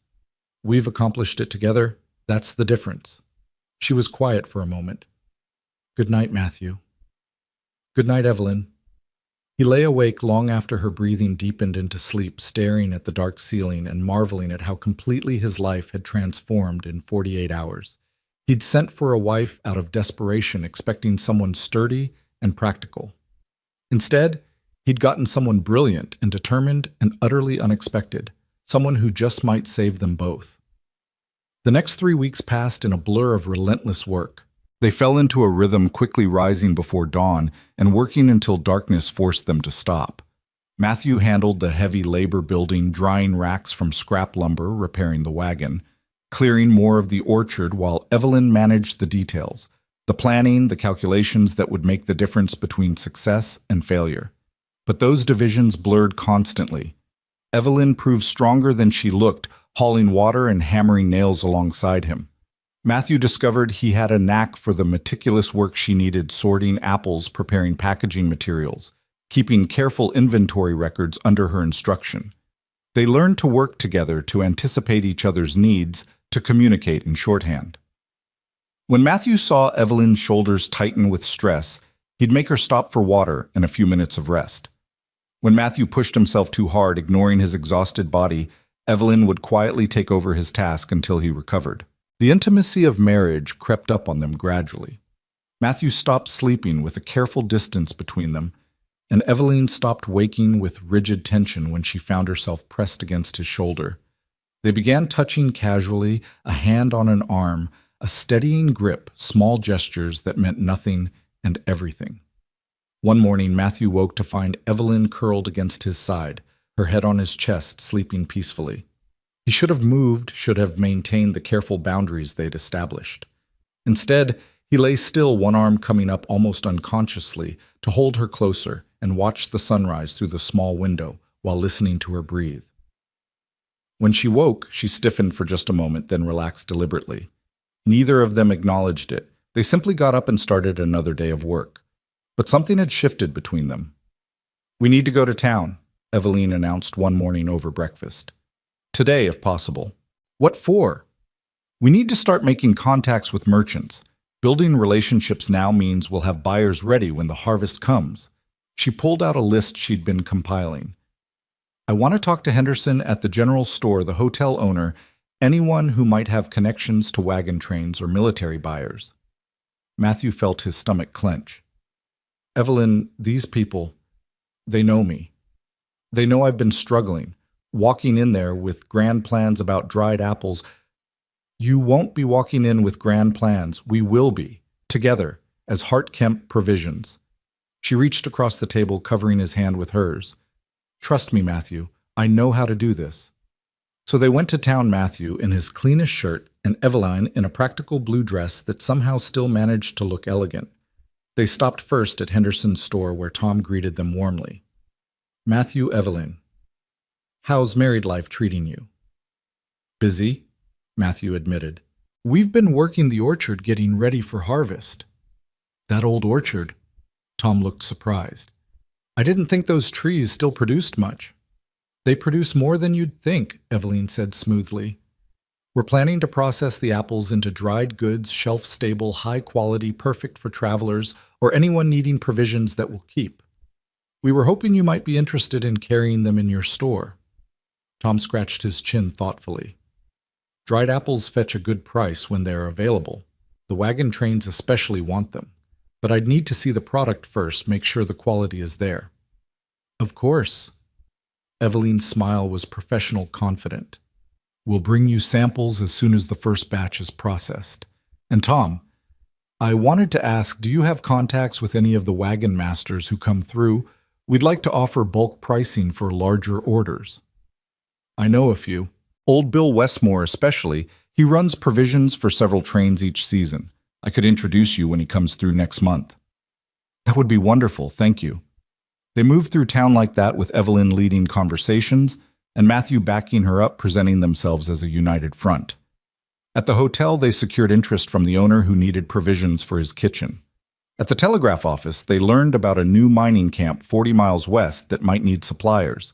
By the time they stopped for lunch at the small restaurant near the church, they had 3 confirmed interested buyers and several promising leads. "You're a natural at this," Matthew said, watching Evelyn make notes in the small book she'd started carrying. "It's just conversation and common sense," she replied, but she was pleased he could tell. "People want to do business with people they trust, who seem competent and reliable. We just need to project that image until it becomes reality." "It already is reality." Matthew reached across the table, taking her hand in his. "We're making this work, Evelyn. Really work. She looked at their joined hands, then up at his face, and something warm and complicated passed between them. "Yes," she said softly. "We are." They were interrupted by Ernest Thornton entering the restaurant. The banker spotted them immediately and approached their table. "Matthew, Mrs. Kemp." His voice was cordial but neutral. "I trust everything is proceeding well." "Very well, thank you," Evelyn said. "We've been implementing the diversification strategy we discussed. The orchard is coming along nicely." "I'm glad to hear it." Thornton glanced between them, and Matthew could see him reassessing, recalculating. "I confess I didn't expect to see results so quickly." "We're motivated," Matthew said dryly. "Indeed." Thornton nodded. "Well, I wish you continued success. Stop by the bank tomorrow to sign those revised loan documents we discussed." After he left, Matthew let out a breath he didn't know he'd been holding. He seems less hostile. He's a businessman. Now that he sees we're serious, we become less of a problem and more of a potentially profitable relationship. Evelyn returned to her notes. "We need to keep surprising people, Matthew. Keep exceeding expectations. That's how we change the narrative from failing ranch to promising enterprise." The signing at the bank the next day was mercifully straightforward. Thornton had his clerk prepare the documents exactly as discussed, 6 months of interest-only payments at 6.5%, with a review at the end to determine if the arrangement would continue based on demonstrated income. Matthew signed with a shaking hand, still barely believing this was real. Evelyn signed beside him, her signature neat and authoritative, and just like that, they had their reprieve. Walking out of the bank, Matthew felt something he'd almost forgotten: lightness. Hope that didn't feel quite so fragile. "We did it," he said as they climbed into the wagon. "We bought ourselves time," Evelyn corrected. "Now comes the hard part, actually delivering on our promises." The apples ripened slowly through late August and early September, swelling on the branches and taking on the rich colors that signaled approaching harvest. Matthew and Evelyn checked the orchard daily, watching for the signs Evelyn had taught him, the way the fruit detached easily from the branch, the sweetness of the flesh, the proper firmness for drying. "Another week," Evelyn declared one evening, standing among the trees in the golden light. "Then we harvest." They'd prepared everything they could. The drying rack stood ready, built sturdy and level. They'd procured muslin from Henderson's store, purchased on credit against future sales. The storage area in the barn had been cleaned and organized. They'd practiced the process with a few early apples, perfecting their technique for slicing and arranging. They were as ready as they'd ever be. The night before harvest, Matthew found Evelyn sitting outside on the cabin steps, staring at the stars. He sat beside her, their shoulders touching. "Can't sleep?" he asked. "Too much thinking." She leaned against him slightly, a gesture that had become natural over the past weeks. "What if the apples don't dry properly? What if we lose half to spoilage? What if the quality isn't good enough and no one wants to buy them?" "Then we'll figure something else out. We always do." Matthew put his arm around her shoulders, pulling her closer. "You know what I've learned these past weeks?" "What?" "That I don't have to carry everything alone anymore. That having a partner, a real partner, changes everything." He pressed a kiss to the top of her head, surprising himself with the gesture. "Whatever happens with this harvest, Evelyn, we're in it together. That makes me less afraid than I've been in years." She tilted her face up to his, and in the starlight, her eyes were luminous. "Matthew Kemp, you're dangerously close to being romantic." "Maybe I am." He touched her cheek gently. "You've changed everything for me, you know. Not just the ranch. Everything. You've changed things for me, too." Her voice was soft, almost wondering. "I came here running from failure, expecting nothing but hard work and survival. Instead, I found—" She trailed off. "What?" "A home. A purpose. A partner who sees me as I am and values it." She leaned in closer, her breath warm against his skin. "And maybe something more than partnership." Matthew's heart stuttered. "Evelyn, I know we agreed to take things slowly, and I still want that.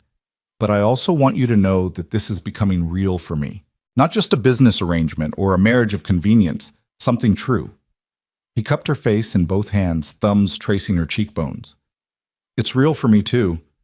Has been for a while now, if I'm honest. They kissed then, slow and sweet, under the infinite prairie stars, and it felt like a promise they were both finally ready to make. When they pulled apart, both were breathing unsteadily. "We should get some rest," Evelyn whispered.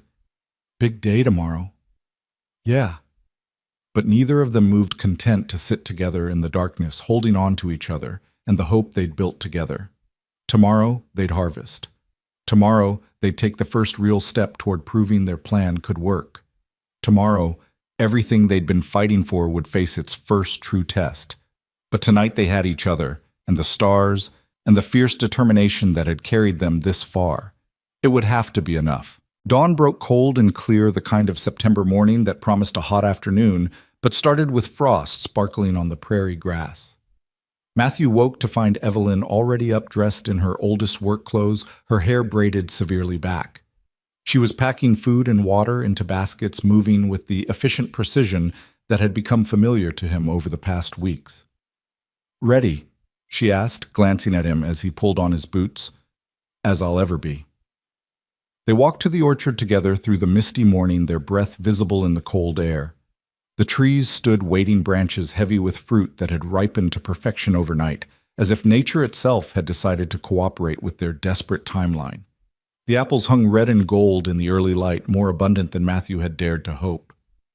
"It's beautiful," Evelyn breathed, stopping at the edge of the orchard. "Matthew, look at them all." He did look, and for the first time in years, he saw his father's vision realized. This was what the old man had dreamed of when he planted these trees, not just fruit, but abundance possibility, a future built from the land's generosity. Matthew felt his throat tighten with emotion. "Pa would be proud," he said quietly. Evelyn took his hand, squeezing it. "He would be. And we're going to make this work. For him, for us, for everyone who believed this land was worth fighting for." They started in the southeast corner, working systematically through the rows. Matthew climbed the ladders and picked the high fruit, while Evelyn worked the lower branches, both of them filling baskets with careful efficiency. They'd learned during their practice runs that bruised apples dried poorly, so every piece of fruit was handled like precious cargo. The work was backbreaking. By mid-morning, Matthew's shoulders ached and his hands were sticky with apple juice. Evelyn's face was flushed from exertion, her braid coming loose to frame her face in wisps. But they kept working, driven by the knowledge that every apple they harvested was another small step toward salvation. "Tell me again how many pounds we need," Matthew called down from his ladder. "If we can get 50 pounds of dried apples, that's approximately 300 pounds of fresh fruit, accounting for moisture loss and waste." Evelyn was doing calculations in her head even as she picked.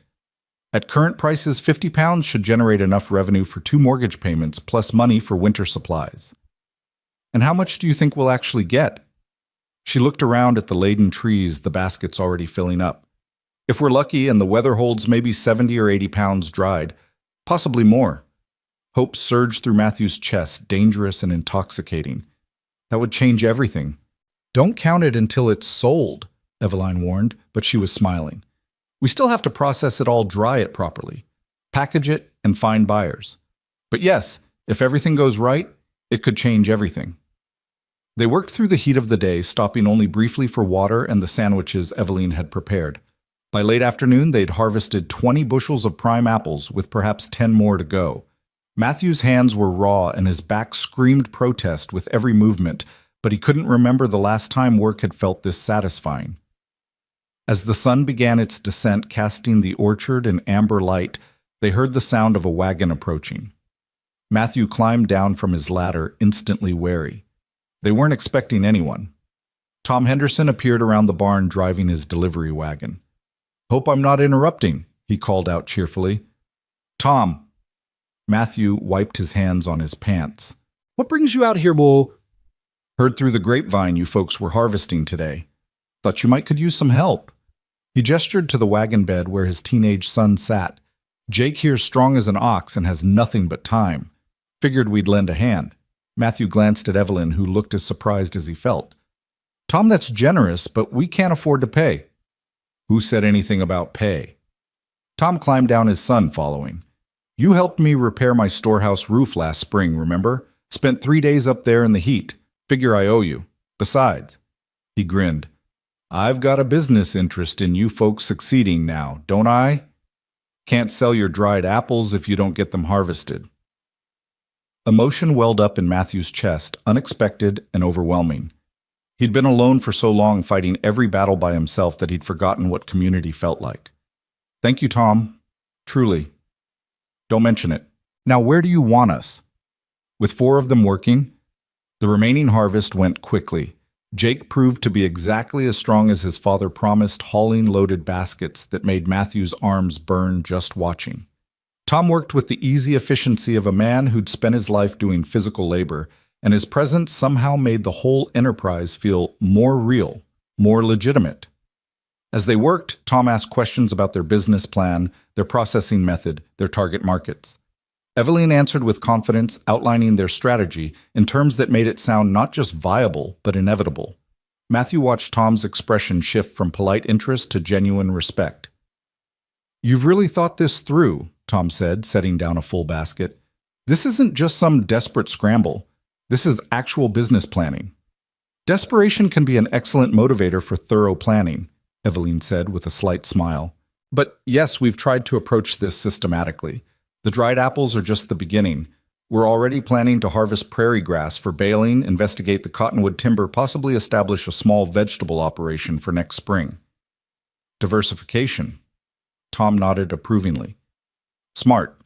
Too many folks out here put all their hopes on one thing, then fold when it fails. You're building something sustainable." "We're trying," Matthew said. "Whether we're succeeding remains to be seen." "You're succeeding," Tom said firmly. "I've been in business long enough to recognize it when I see it. You've got something here, Matthew. Both of you do." By the time the sun touched the horizon, they'd harvested every ripe apple in the orchard. 30 bushels total, more than Matthew had thought possible. The baskets filled the barn, a small mountain of red and gold fruit that represented hope in its most tangible form. "I'll be back tomorrow to help with the processing," Tom said as he and Jake prepared to leave. "Sarah too, probably.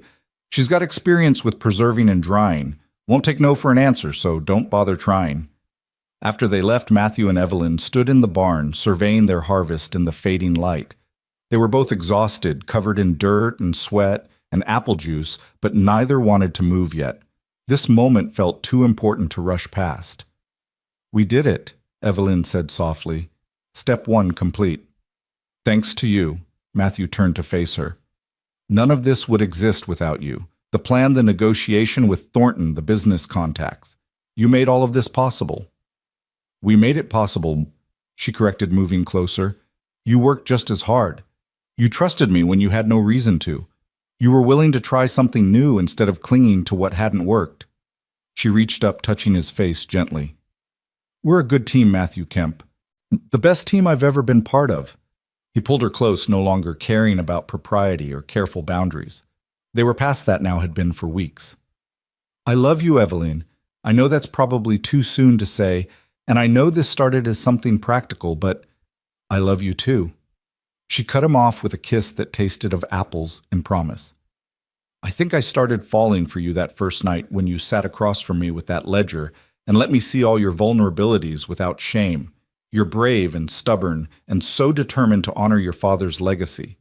How could I not love you?" They stood there in the barn holding each other while the last light faded, 2 people who'd gambled everything on each other and were beginning to see it pay off. Tomorrow would bring more work, more challenges, more steps on the long road to security. But tonight they had this moment, this small victory, this truth finally spoken aloud. The next morning brought Sarah Henderson, as promised, along with 2 other women from town. Mary Sullivan, whose husband ran the livery, and Elizabeth Wright, the minister's wife.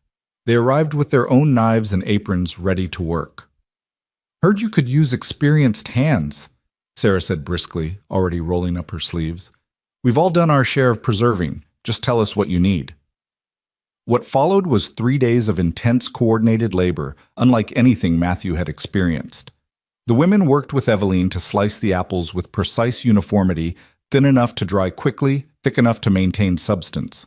Matthew and Tom, who returned as promised, handled the heavy work of moving the prepared fruit to the drying rack, setting them up in the full sun, covering them with muslin to protect from insects while allowing air circulation. The work became almost meditative, everyone falling into rhythm together. As they worked, they talked about the town, about the challenges of frontier life, about dreams and disappointments. Matthew learned that Mary's husband was struggling with the livery business, that Elizabeth worried constantly about the church's dwindling congregation, that Sarah had buried 2 children before Jake was born, and still woke sometimes thinking she heard them crying. In sharing their stories, they were welcomed into the community in a way Matthew had never been, even after living here for years. He realized with some surprise that he'd been so focused on his own struggles that he'd isolated himself, pushing away the support that had been available all along. "You should have asked for help sooner," Sarah told him, as they carried another rack of sliced apples into position. "We're not monsters, Matthew. Most folks around here remember your father fondly and would have been glad to pitch in." "I was too proud," Matthew admitted.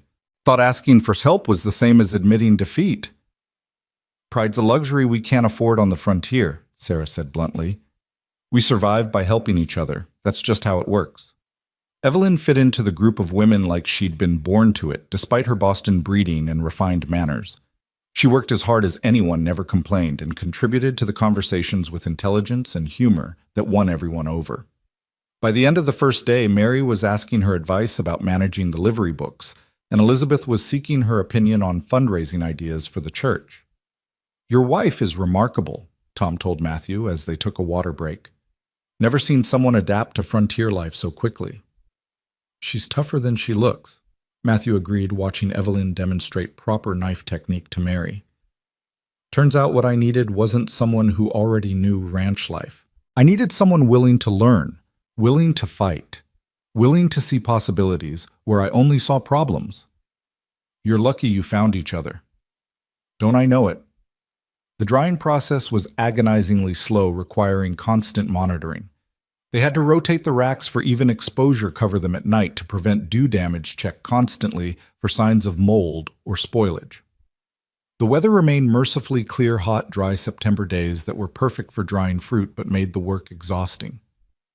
On the 3rd evening, as they were covering the last racks for the night, Evelyn suddenly swayed on her feet.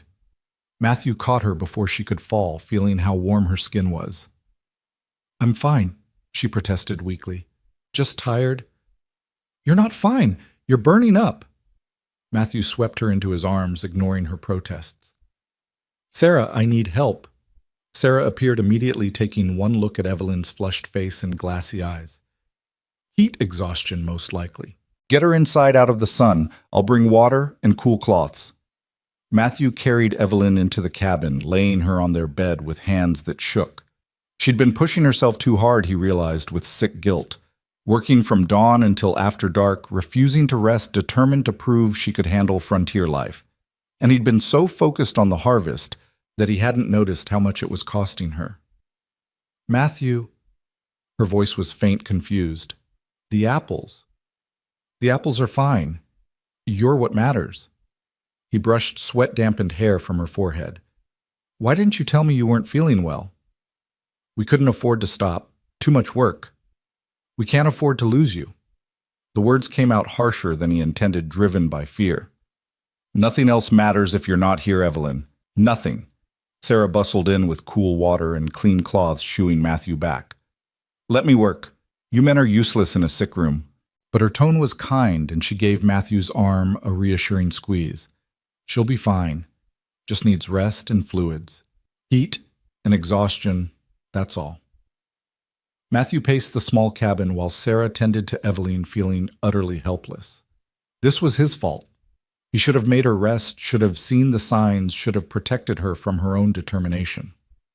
"Stop wearing a hole in my floor," Sarah said finally. "She's resting comfortably. Fever's already coming down. She'll be weak for a day or two, but she'll recover fully." "Thank you," Matthew said, his voice rough with emotion. "I don't know what I would have done." "You would have panicked uselessly like most men do." Sarah's expression softened. "But you love her, that's clear. Just remember that love means taking care of each other, which sometimes means making the other person rest even when they resist." After Sarah left, Matthew sat beside the bed watching Evelyn sleep. She looked so young and vulnerable, lying there, all her fierce determination temporarily subdued. He took her hand carefully, feeling the warmth that had scared him earlier now fading to something more normal. "I'm sorry," he whispered, not sure if she could hear him. "I should have been more careful with you. Should have made you stop." Her fingers tightened weakly around his. "Not your fault," she murmured without opening her eyes. "My choice, my body, my limits to learn." "Our choice from now on," Matthew corrected gently. "Partners remember. That means we look out for each other especially when we're too stubborn to look out for ourselves." "Agreed." Her eyes fluttered open, still glassy but focusing on him. "The apples are being handled by Tom and Sarah and everyone else. They told me to stay here with you, that they had everything under control." He stroked her hair gently. "Turns out we're not alone in this fight anymore, Evelyn. We have help whether we thought to ask for it or not." "Community," she breathed. "I'd forgotten what that felt like." "Me too." She drifted back to sleep, and Matthew stayed beside her through the night, checking her temperature, making sure she drank water when she woke, and generally behaving exactly like the useless, panicked husband Sarah had predicted. But he couldn't help it. The thought of losing Evelyn, of this partnership, this love, this future they were building together being ripped away, terrified him more than bankruptcy ever had. By morning, her fever had broken completely, and the color was returning to her face. She woke to find Matthew still sitting beside the bed, looking exhausted. "Did you sleep at all?" she asked. "Some." "Matthew Kemp, you're terrible at taking care of yourself." "Look who's talking." But he smiled, relief flooding through him at seeing her acting like herself again. "How do you feel?" "Weak, embarrassed, frustrated that my body gave out at such an inconvenient time." She struggled to sit up, and he helped her, propping pillows behind her back. "But I'm alive and recovering, so it could be worse." "It could be a lot worse," Matthew agreed quietly. "You scared me, Evelyn. I scared myself." She took his hand, intertwining their fingers. "But I learned something important. I've been so focused on proving I could handle this life, on being strong enough and capable enough, that I forgot it's okay to have limits. That asking for help or admitting exhaustion isn't weakness. It's wisdom," Matthew said. "Something we both need more of." Over the next 2 days, Evelyn rested while the community continued working the harvest. Matthew split his time between helping with the drying operation and taking care of his wife, bringing her food and water, reading to her from the one book they owned, keeping her company while she regained her strength. By the 5th day, the first batch of apples was fully dried, perfectly dehydrated, sweet tart, and absolutely delicious. Tom brought a sample to Evelyn, who was finally allowed to sit up and take a more active role again. "Try this," Tom said, offering her a piece. Evelyn bit into it, chewed thoughtfully, and then broke into a brilliant smile. "It's perfect. The texture, the moisture, level, the flavor, exactly what premium dried fruit should be." "Then we did it," Matthew asked, hope rising. "We did it!" Evelyn's eyes were bright with triumph. "Now we just need to package it and get it to market." The packaging process took another 3 days, with everyone pitching in to portion the dried apples into cloth bags that Evelyn had sewn with careful precision. Each bag held 1 pound and was stamped with their new business name, Hart Kemp Provisions, using a wooden block that Tom had carved for them. "Very professional," Elizabeth commented, examining a finished package. "You could sell these in any city shop." "That's the goal," Evelyn said. "Quality and presentation matter. We're not selling desperation. We're selling excellence." When the final count was done, they had 73 pounds of premium dried apples packaged and ready for market. Tom had already arranged for them to meet Bill Westmore, the wagon master, who was due in town the following week. Henderson's General Store had agreed to take 20 pounds on consignment. The hotel wanted 10 pounds. A merchant heading to the mining camps had tentatively committed to 25 pounds if the price was right. "That's 55 pounds already spoken for," Matthew said, looking at Evelyn's careful records. "At the prices you've quoted, enough for 3 mortgage payments plus supplies for winter, plus seed money for spring planting," Evelyn finished. She looked up at him, her face reflecting the same cautious joy he felt. "We did it, Matthew. We actually did it." The day they took their first delivery to Henderson's store felt like a coronation. Tom made a show of examining the product, though they all knew he'd already approved it days ago. He opened a package, tasted the fruit carefully, and then nodded with satisfaction. "This is premium quality," he announced. "Better than anything I've carried before.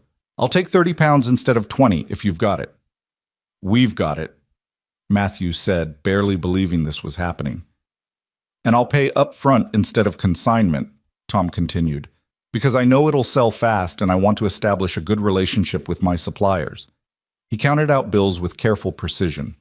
"That's the agreed-upon price per pound plus a 10% premium for quality." "Fair." Matthew looked at the money more cash than he'd held in years, and his throat went tight. "More than fair, Tom. Thank you." "Thank me by keeping the quality this high and giving me first option on future production," Tom said with a grin. "I've got a good feeling about Hart-Kemp Provisions. I think you folks are going to be very successful." Walking out of that store with money in his pocket and orders for more product felt surreal. Matthew kept waiting for something to go wrong for this dream to shatter, like all his previous hopes. But Evelyn was beside him, solid and real, her hand in his, and the money was real, and the future suddenly seemed possible in ways it hadn't for years. "We should go to the bank," Evelyn said quietly. "Make a mortgage payment. Show Thornton we're delivering on our promises. Now, we just got this money, which is exactly why we should go now while we have it, before anything can happen to it." Her voice was firm.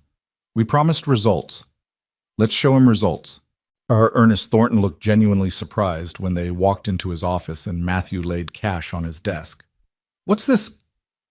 "Mortgage payment," Matthew said, unable to keep the satisfaction from his voice. "Principal and interest current through the end of the month." Thornton counted the money slowly, then looked up at them with something that might have been respect. "I confess I didn't expect you to make any payments at all during the grace period, let alone a full payment including principal." "We're not interested in just surviving," Evelyn said calmly. "We're interested in thriving. This is only the beginning, Mr. Thornton. Hart-Kemp Provisions is going to be a substantial operation." "I'm starting to believe that," Thornton admitted. He made out a receipt, his movements precise and official. "Congratulations, Mr. and Mrs. Kemp. You've surprised me. That doesn't happen often." Walking out of the bank, Matthew felt something shift inside him. A weight he'd been carrying for 3 years suddenly lifting. They weren't out of danger yet, not by a long shot. But for the first time since his father died, the future held more promise than threat. "We should celebrate," he said impulsively. "How?" Evelyn looked at him with amusement. "We just spent most of our money on the mortgage. We've got enough left for dinner at the hotel restaurant. A real meal, not beans and salt pork. What do you say?" She smiled the kind of smile that lit up her whole face and made his heart stutter. "I say yes. Partners should celebrate their victories together." The hotel restaurant was modest by city standards, but felt like luxury to them. They sat at a corner table, ordered steak and potatoes and vegetables that someone else had prepared, and for a while just enjoyed being together without the constant pressure of work and worry. "Thank you," Matthew said as they waited for their food. "For what?" "For answering my advertisement, for taking a chance on a desperate stranger, for bringing your brilliant mind and your stubborn determination to my failing ranch and turning it into something worth saving." He reached across the table, taking her hand. "For loving me when I'd forgotten how to love myself." Evelyn's eyes went bright with tears. "Thank you for giving me a place to belong, for treating me like an equal when society said I should be ornamental, for valuing what I could do instead of being threatened by it." She squeezed his hand. "For seeing me, Matthew. Really seeing me. How could I not?" "You're extraordinary." "We're extraordinary together," she corrected. "That's the difference. Alone we were both drowning. Together we're building something neither of us could have created on our own." Their food arrived and they ate slowly, savoring every bite and each other's company. Around them other diners came and went, but Matthew barely noticed. His whole world had narrowed to this woman across from him, this partnership that had transformed into love, this future they were creating from nothing but determination and hope. "What are you thinking about?" Evelyn asked, catching him staring at her. "How lucky I am. How this morning 6 weeks ago I was terrified you'd take one look at the ranch and run back to Boston. How every day since then you've exceeded every expectation I didn't even know I had." He paused. How I want to spend the rest of my life building this future with you. Then you shall, Eveline said simply, because I want exactly the same thing. They finished dinner and walked back through town as twilight fell, the September air finally cooling into something comfortable. Lamps were being lit in windows, families settling in for the evening. Pinecrest looked different to Matthew now, not hostile or judgmental, but welcoming. A real community full of people who'd shown up to help when help was needed. At the wagon before climbing up, Eveline turned to him. Matthew, I need to tell you something. What is it? I'm not afraid anymore. Her voice was soft but certain. When I first came here, I was running from failure and shame, just hoping to survive. But somewhere along the way, that changed. Now I'm running toward something, toward this life we're building toward you, toward the future. And I'm not afraid of it anymore. Matthew pulled her close, kissing her with all the emotion swelling in his chest. Good, he whispered against her lips. Because I'm not afraid either. Not anymore. Not with you beside me. They drove home through the gathering darkness, the ranch appearing on the horizon like a promise kept. The barn, the cabin, the orchard, all of it looked different now, transformed by their labor and their love into something worth fighting for. Tomorrow they'd meet with Bill Westmore about bulk orders. Next week they'd start baling prairie grass. In a month, they'd discuss harvesting cottonwood lumber. The work never ended on a ranch, and the challenges would keep coming. But for tonight they had this moment, this victory, this love, this hard-won hope that the future might actually be as bright as they dared to dream. The meeting with Bill Westmore changed everything. The wagon master arrived in Pinecrest on a crisp October morning, his weathered face and sharp eyes marking him as a man who'd spent decades navigating the frontier. Tom Henderson had arranged the introduction, and Matthew and Eveline met him at the general store with samples of their dried apples and carefully prepared price sheets. Hart Kemp Provisions, Westmore read aloud, examining one of their stamped bags. Don't recall hearing that name before. We're new, Eveline said with calm confidence, but our product speaks for itself. Please try a sample. Westmore ate a piece of dried apple, slowly chewing thoughtfully, while they waited in tense silence. Matthew felt Eveline's hand brush against his, a silent gesture of solidarity. Everything they'd worked for came down to moments like this, convincing strangers that their product was worth buying, that Hart Kemp Provisions was worth trusting. This is exceptional quality, Westmore said finally. Better than most of what I see. He ate another piece. You grow these yourselves. We have an orchard on our ranch, Matthew confirmed. Everything is harvested at peak ripeness and dried using traditional methods. No shortcuts, no additives, just quality fruit properly processed. How much can you supply? I provision 3 wagon trains each season, and they all want dried fruit. Problem is finding reliable suppliers who can deliver consistent quality in reasonable quantities. Eveline pulled out her ledger, all business. We have 43 pounds available for immediate purchase. For next season, if we expand our drying operation, we could potentially supply up to 200 pounds with advance orders allowing us to scale up further. Westmore's eyebrows rose. 200 pounds is substantial. You're certain you can deliver that? We're certain, Eveline said without hesitation. We're also developing other products: baled prairie grass, cottonwood lumber, preserved vegetables.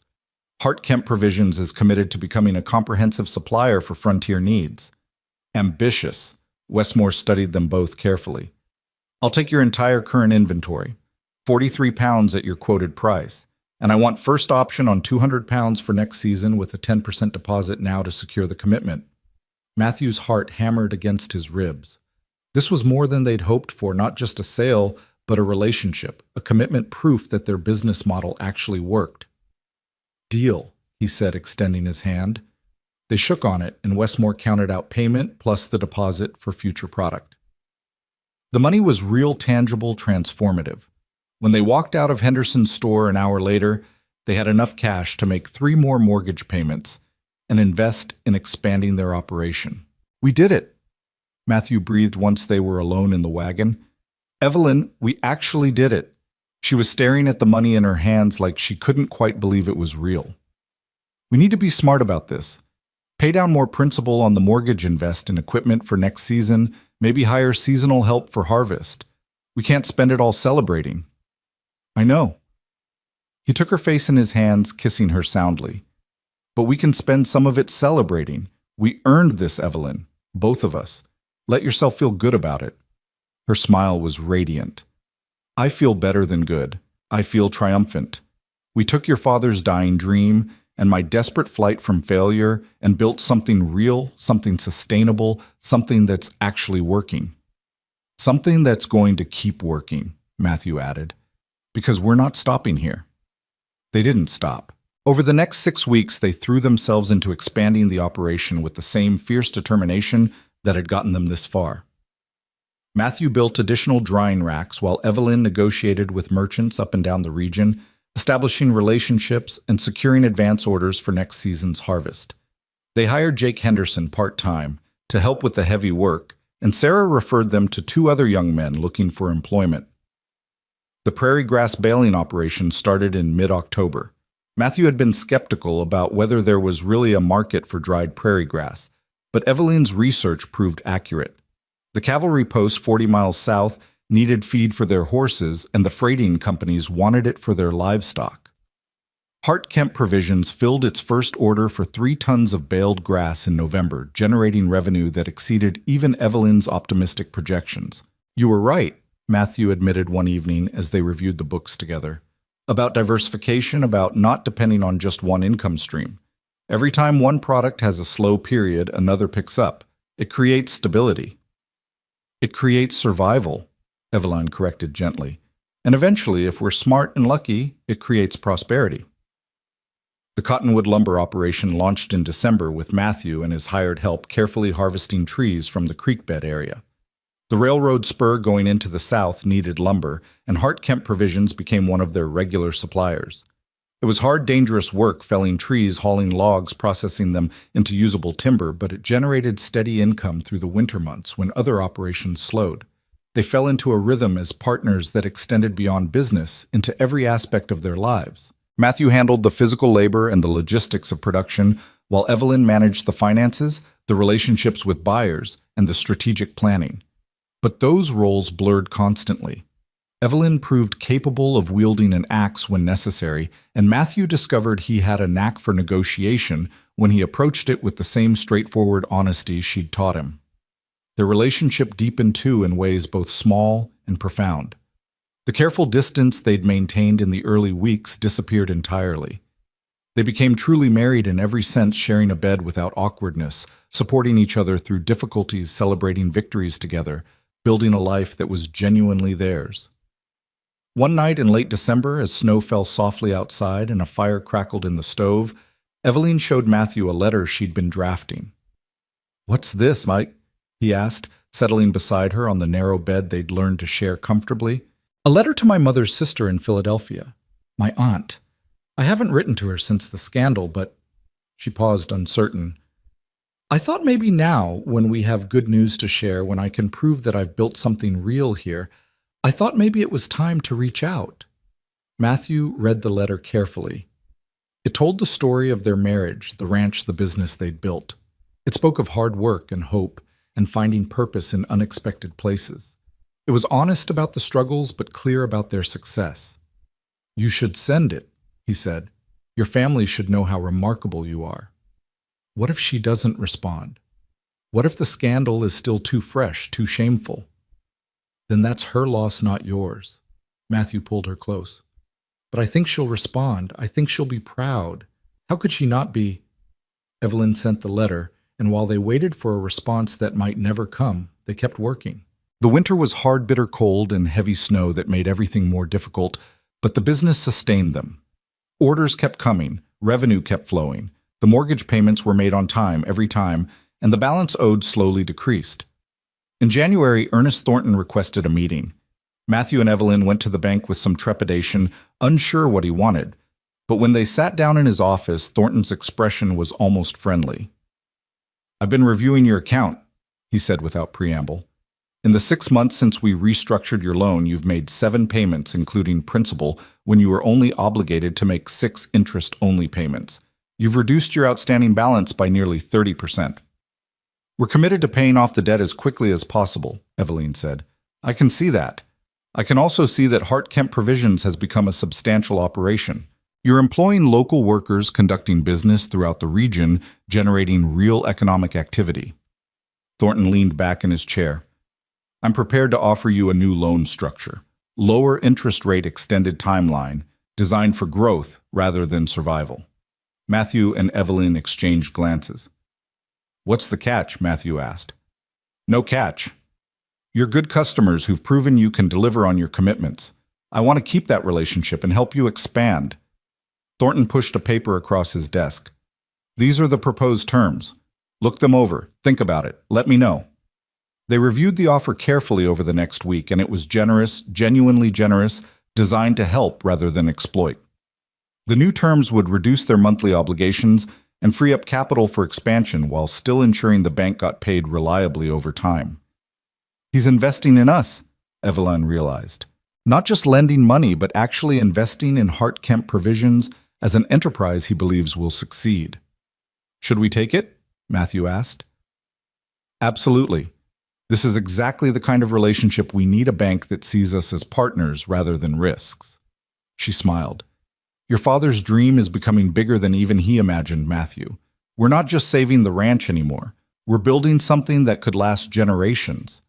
They signed the new loan documents in February, and with the improved terms, they immediately began planning for spring expansion, more drying racks for a larger apple harvest, a small greenhouse for early vegetables, additional equipment for the lumber operation. They hired 2 more part-time workers and began training them in the Hartkemp Provisions methods. The letter from Philadelphia arrived in March, just as the prairie was beginning to show the first hints of green. Evelyn's hands shook as she opened it, and Matthew stood close, ready to support her if the contents were painful. But as she read, her face transformed, shock giving way to joy, giving way to tears. She wants to visit, Evelyn whispered. My aunt. She says she's proud of me, that she always believed in my father's innocence, that she regretted losing touch. She wants to come see what we've built here, and she's bringing her daughter, my cousin, Rebecca, who's apparently in need of a fresh start herself. That's wonderful, Matthew said, holding her as she cried. See, I told you she'd be proud. There's more. Evelyn's voice was choked with emotion. She says there's been new evidence in my father's case.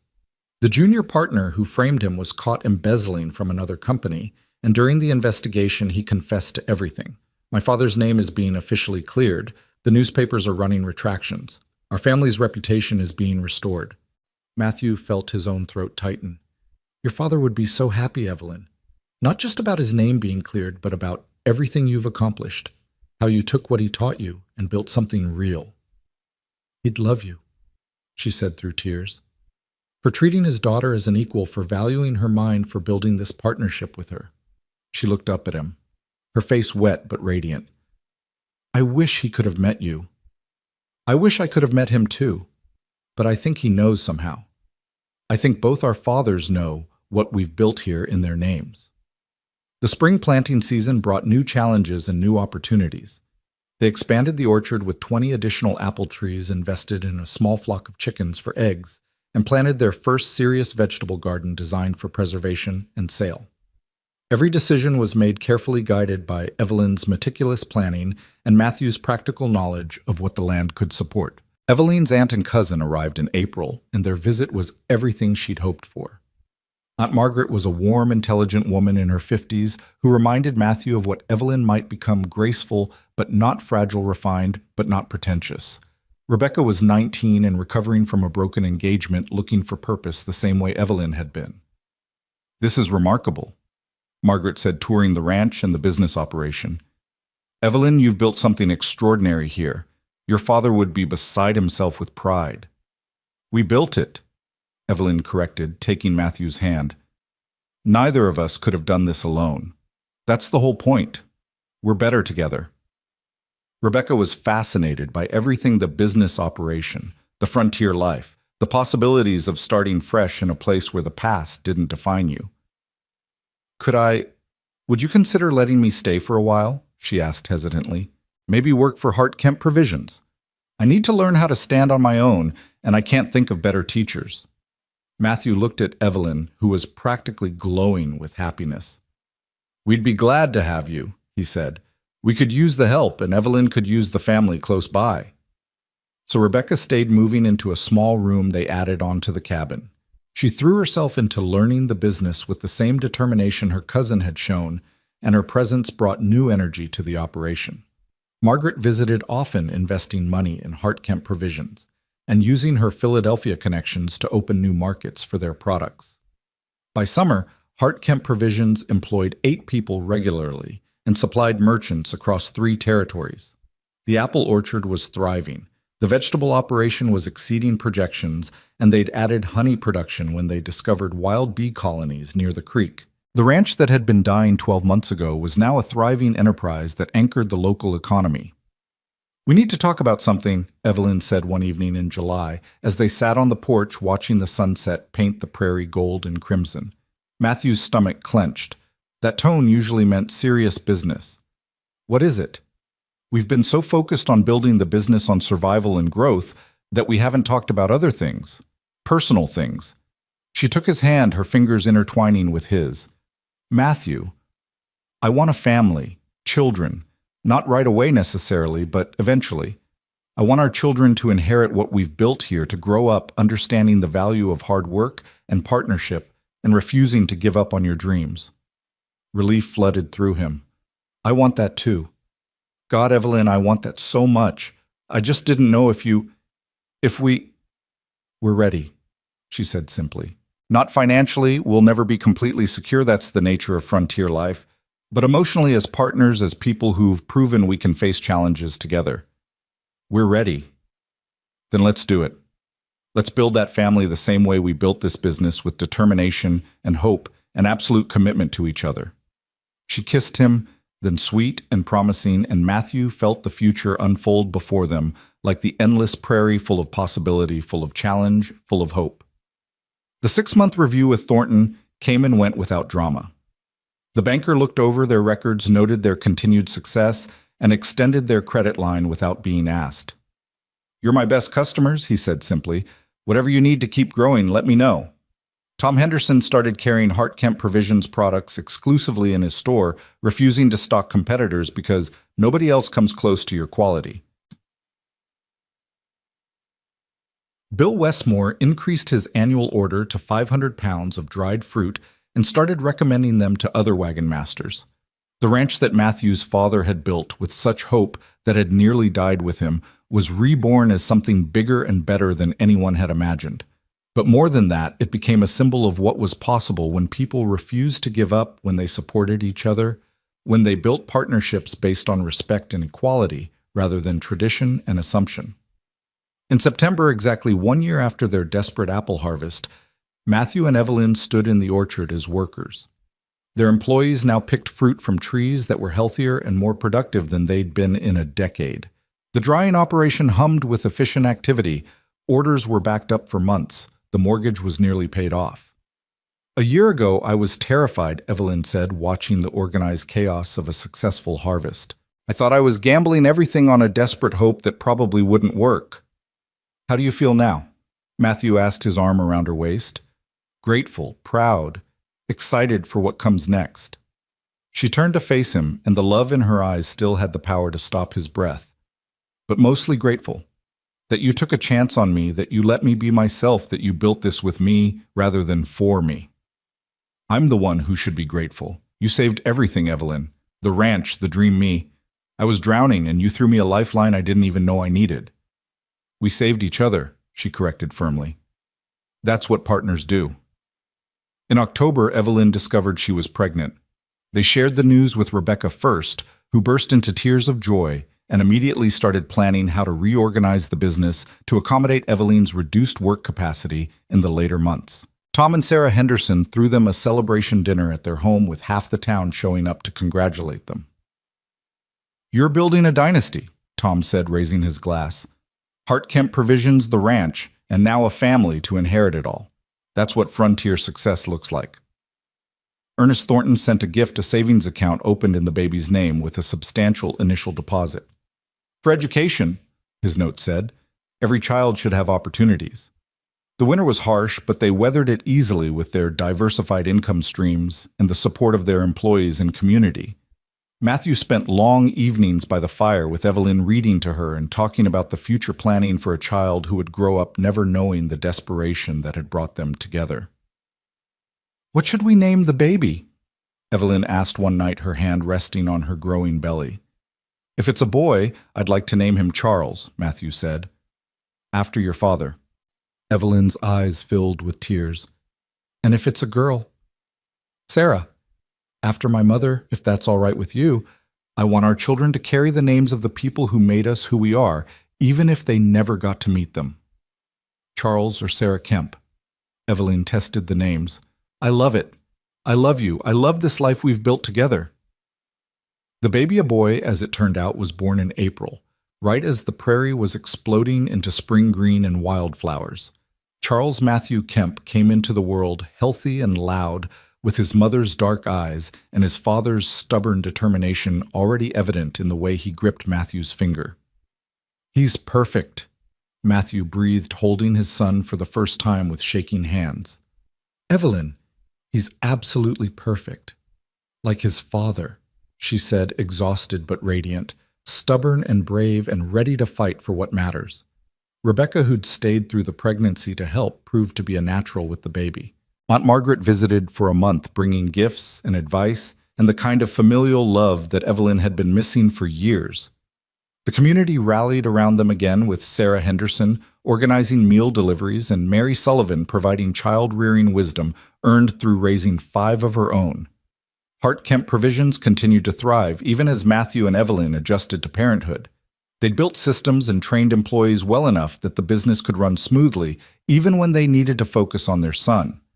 Rebecca took on more responsibility, showing the same head for business her cousin possessed. On Charles's first birthday, they threw a celebration at the ranch. The entire town showed up along with business partners from across the region, employees and their families, and Evelyn's aunt and cousin. The gathering filled the ranch house they'd expanded over the winter, spilling out onto the land that had been saved through determination and partnership. Ernest Thornton attended, which surprised everyone. He gave a short speech praising Hart Kemp Provisions as a model of frontier entrepreneurship and presenting them with the paid-off deed to the ranch, the mortgage satisfied 2 years early. "You've more than proven yourselves," Thornton said, handing the document to Matthew and Evelyn together. "This land is yours free and clear. What you build on it from here is entirely up to you." Matthew looked at the deed, the legal proof that his father's dream was truly secure now that everything they'd fought for was real, and had to blink back tears. Beside him, Evelyn was crying openly, her hand clasped in his. "Thank you," Matthew managed to say, "not just for the loan restructuring, but for believing in us when we had no reason to believe in ourselves." "You gave me reason to believe," Thornton replied. "You proved that success isn't about starting with advantages. It's about refusing to quit, about adapting when necessary, about building genuine partnerships. You've inspired others in this community to take similar risks, to innovate rather than simply surviving. That matters more than one successful business." As the celebration continued around them, Matthew and Evelyn slipped away for a moment, walking to the orchard with their son in Matthew's arms. The trees were in full bloom, promising another abundant harvest, and the spring air was sweet with possibility. "Can you believe it?" Evelyn asked softly. 2 years ago, I stepped off that stagecoach with nothing but desperation and hope. Now look at us. Now look at us," Matthew repeated, pulling her close with his free arm. "A paid-off ranch, a thriving business, a son, a future we built together from absolutely nothing." "Not nothing," Evelyn corrected. "We had each other. That was never nothing." Little Charles gurgled contentedly, oblivious to the magnitude of what his parents had accomplished, the legacy they were building for him. Matthew looked at his wife and son, at the orchard his father had planted, and they had saved, at the land that represented not just survival, but triumph. "Your father would be so proud," Evelyn said, following his gaze. "Both our fathers would be proud," Matthew replied. "We honored their memories by refusing to let their dreams die, by taking what they taught us and building something even better." They stood there in the blooming orchard, 3 people representing past, present, and future, all the loss and struggle and desperate hope that had brought them together, all the success they'd built through partnership and determination, All the possibility that lay ahead for a child who would grow up knowing his parents had turned failure into triumph through nothing but refusal to give up. Hart Kemp Provisions continued to grow over the years, becoming one of the most successful enterprises in the territory. Rebecca eventually married one of their employees and started her own branch operation. The ranch expanded to include cattle breeding, wheat production, and a small dairy. Matthew and Evelyn had 3 more children, each one learning the business from the ground up. Understanding that success came from hard work and partnership and absolute commitment to quality. But that first son, Charles, was always special. He grew up hearing the story of how his parents met, how his mother had arrived from Boston with nothing but intelligence and determination, how his father had been weeks from losing everything. He learned how they'd saved the ranch through the apple harvest, how they'd built a business on diversification and integrity, how they'd turned desperate hope into lasting success. The secret, his mother would tell him years later when he was old enough to understand, wasn't that we were lucky or brilliant or particularly talented. The secret was that we refused to give up. We supported each other completely, and we treated each other as true equals. Your father valued my mind and my skills. I valued his strength and his knowledge. Together, we were better than either of us could have been alone. That's what real partnership means, his father would add, in marriage and business and life. Finding someone whose strengths complement yours, who challenges you to be better, who stands beside you in the fight rather than behind you or in front of you. Your mother saved me in every way a person can be saved. We saved each other. His mother would correct, taking his father's hand with the easy intimacy of people who'd spent years building a life together. That's the point, Charles. We saved each other.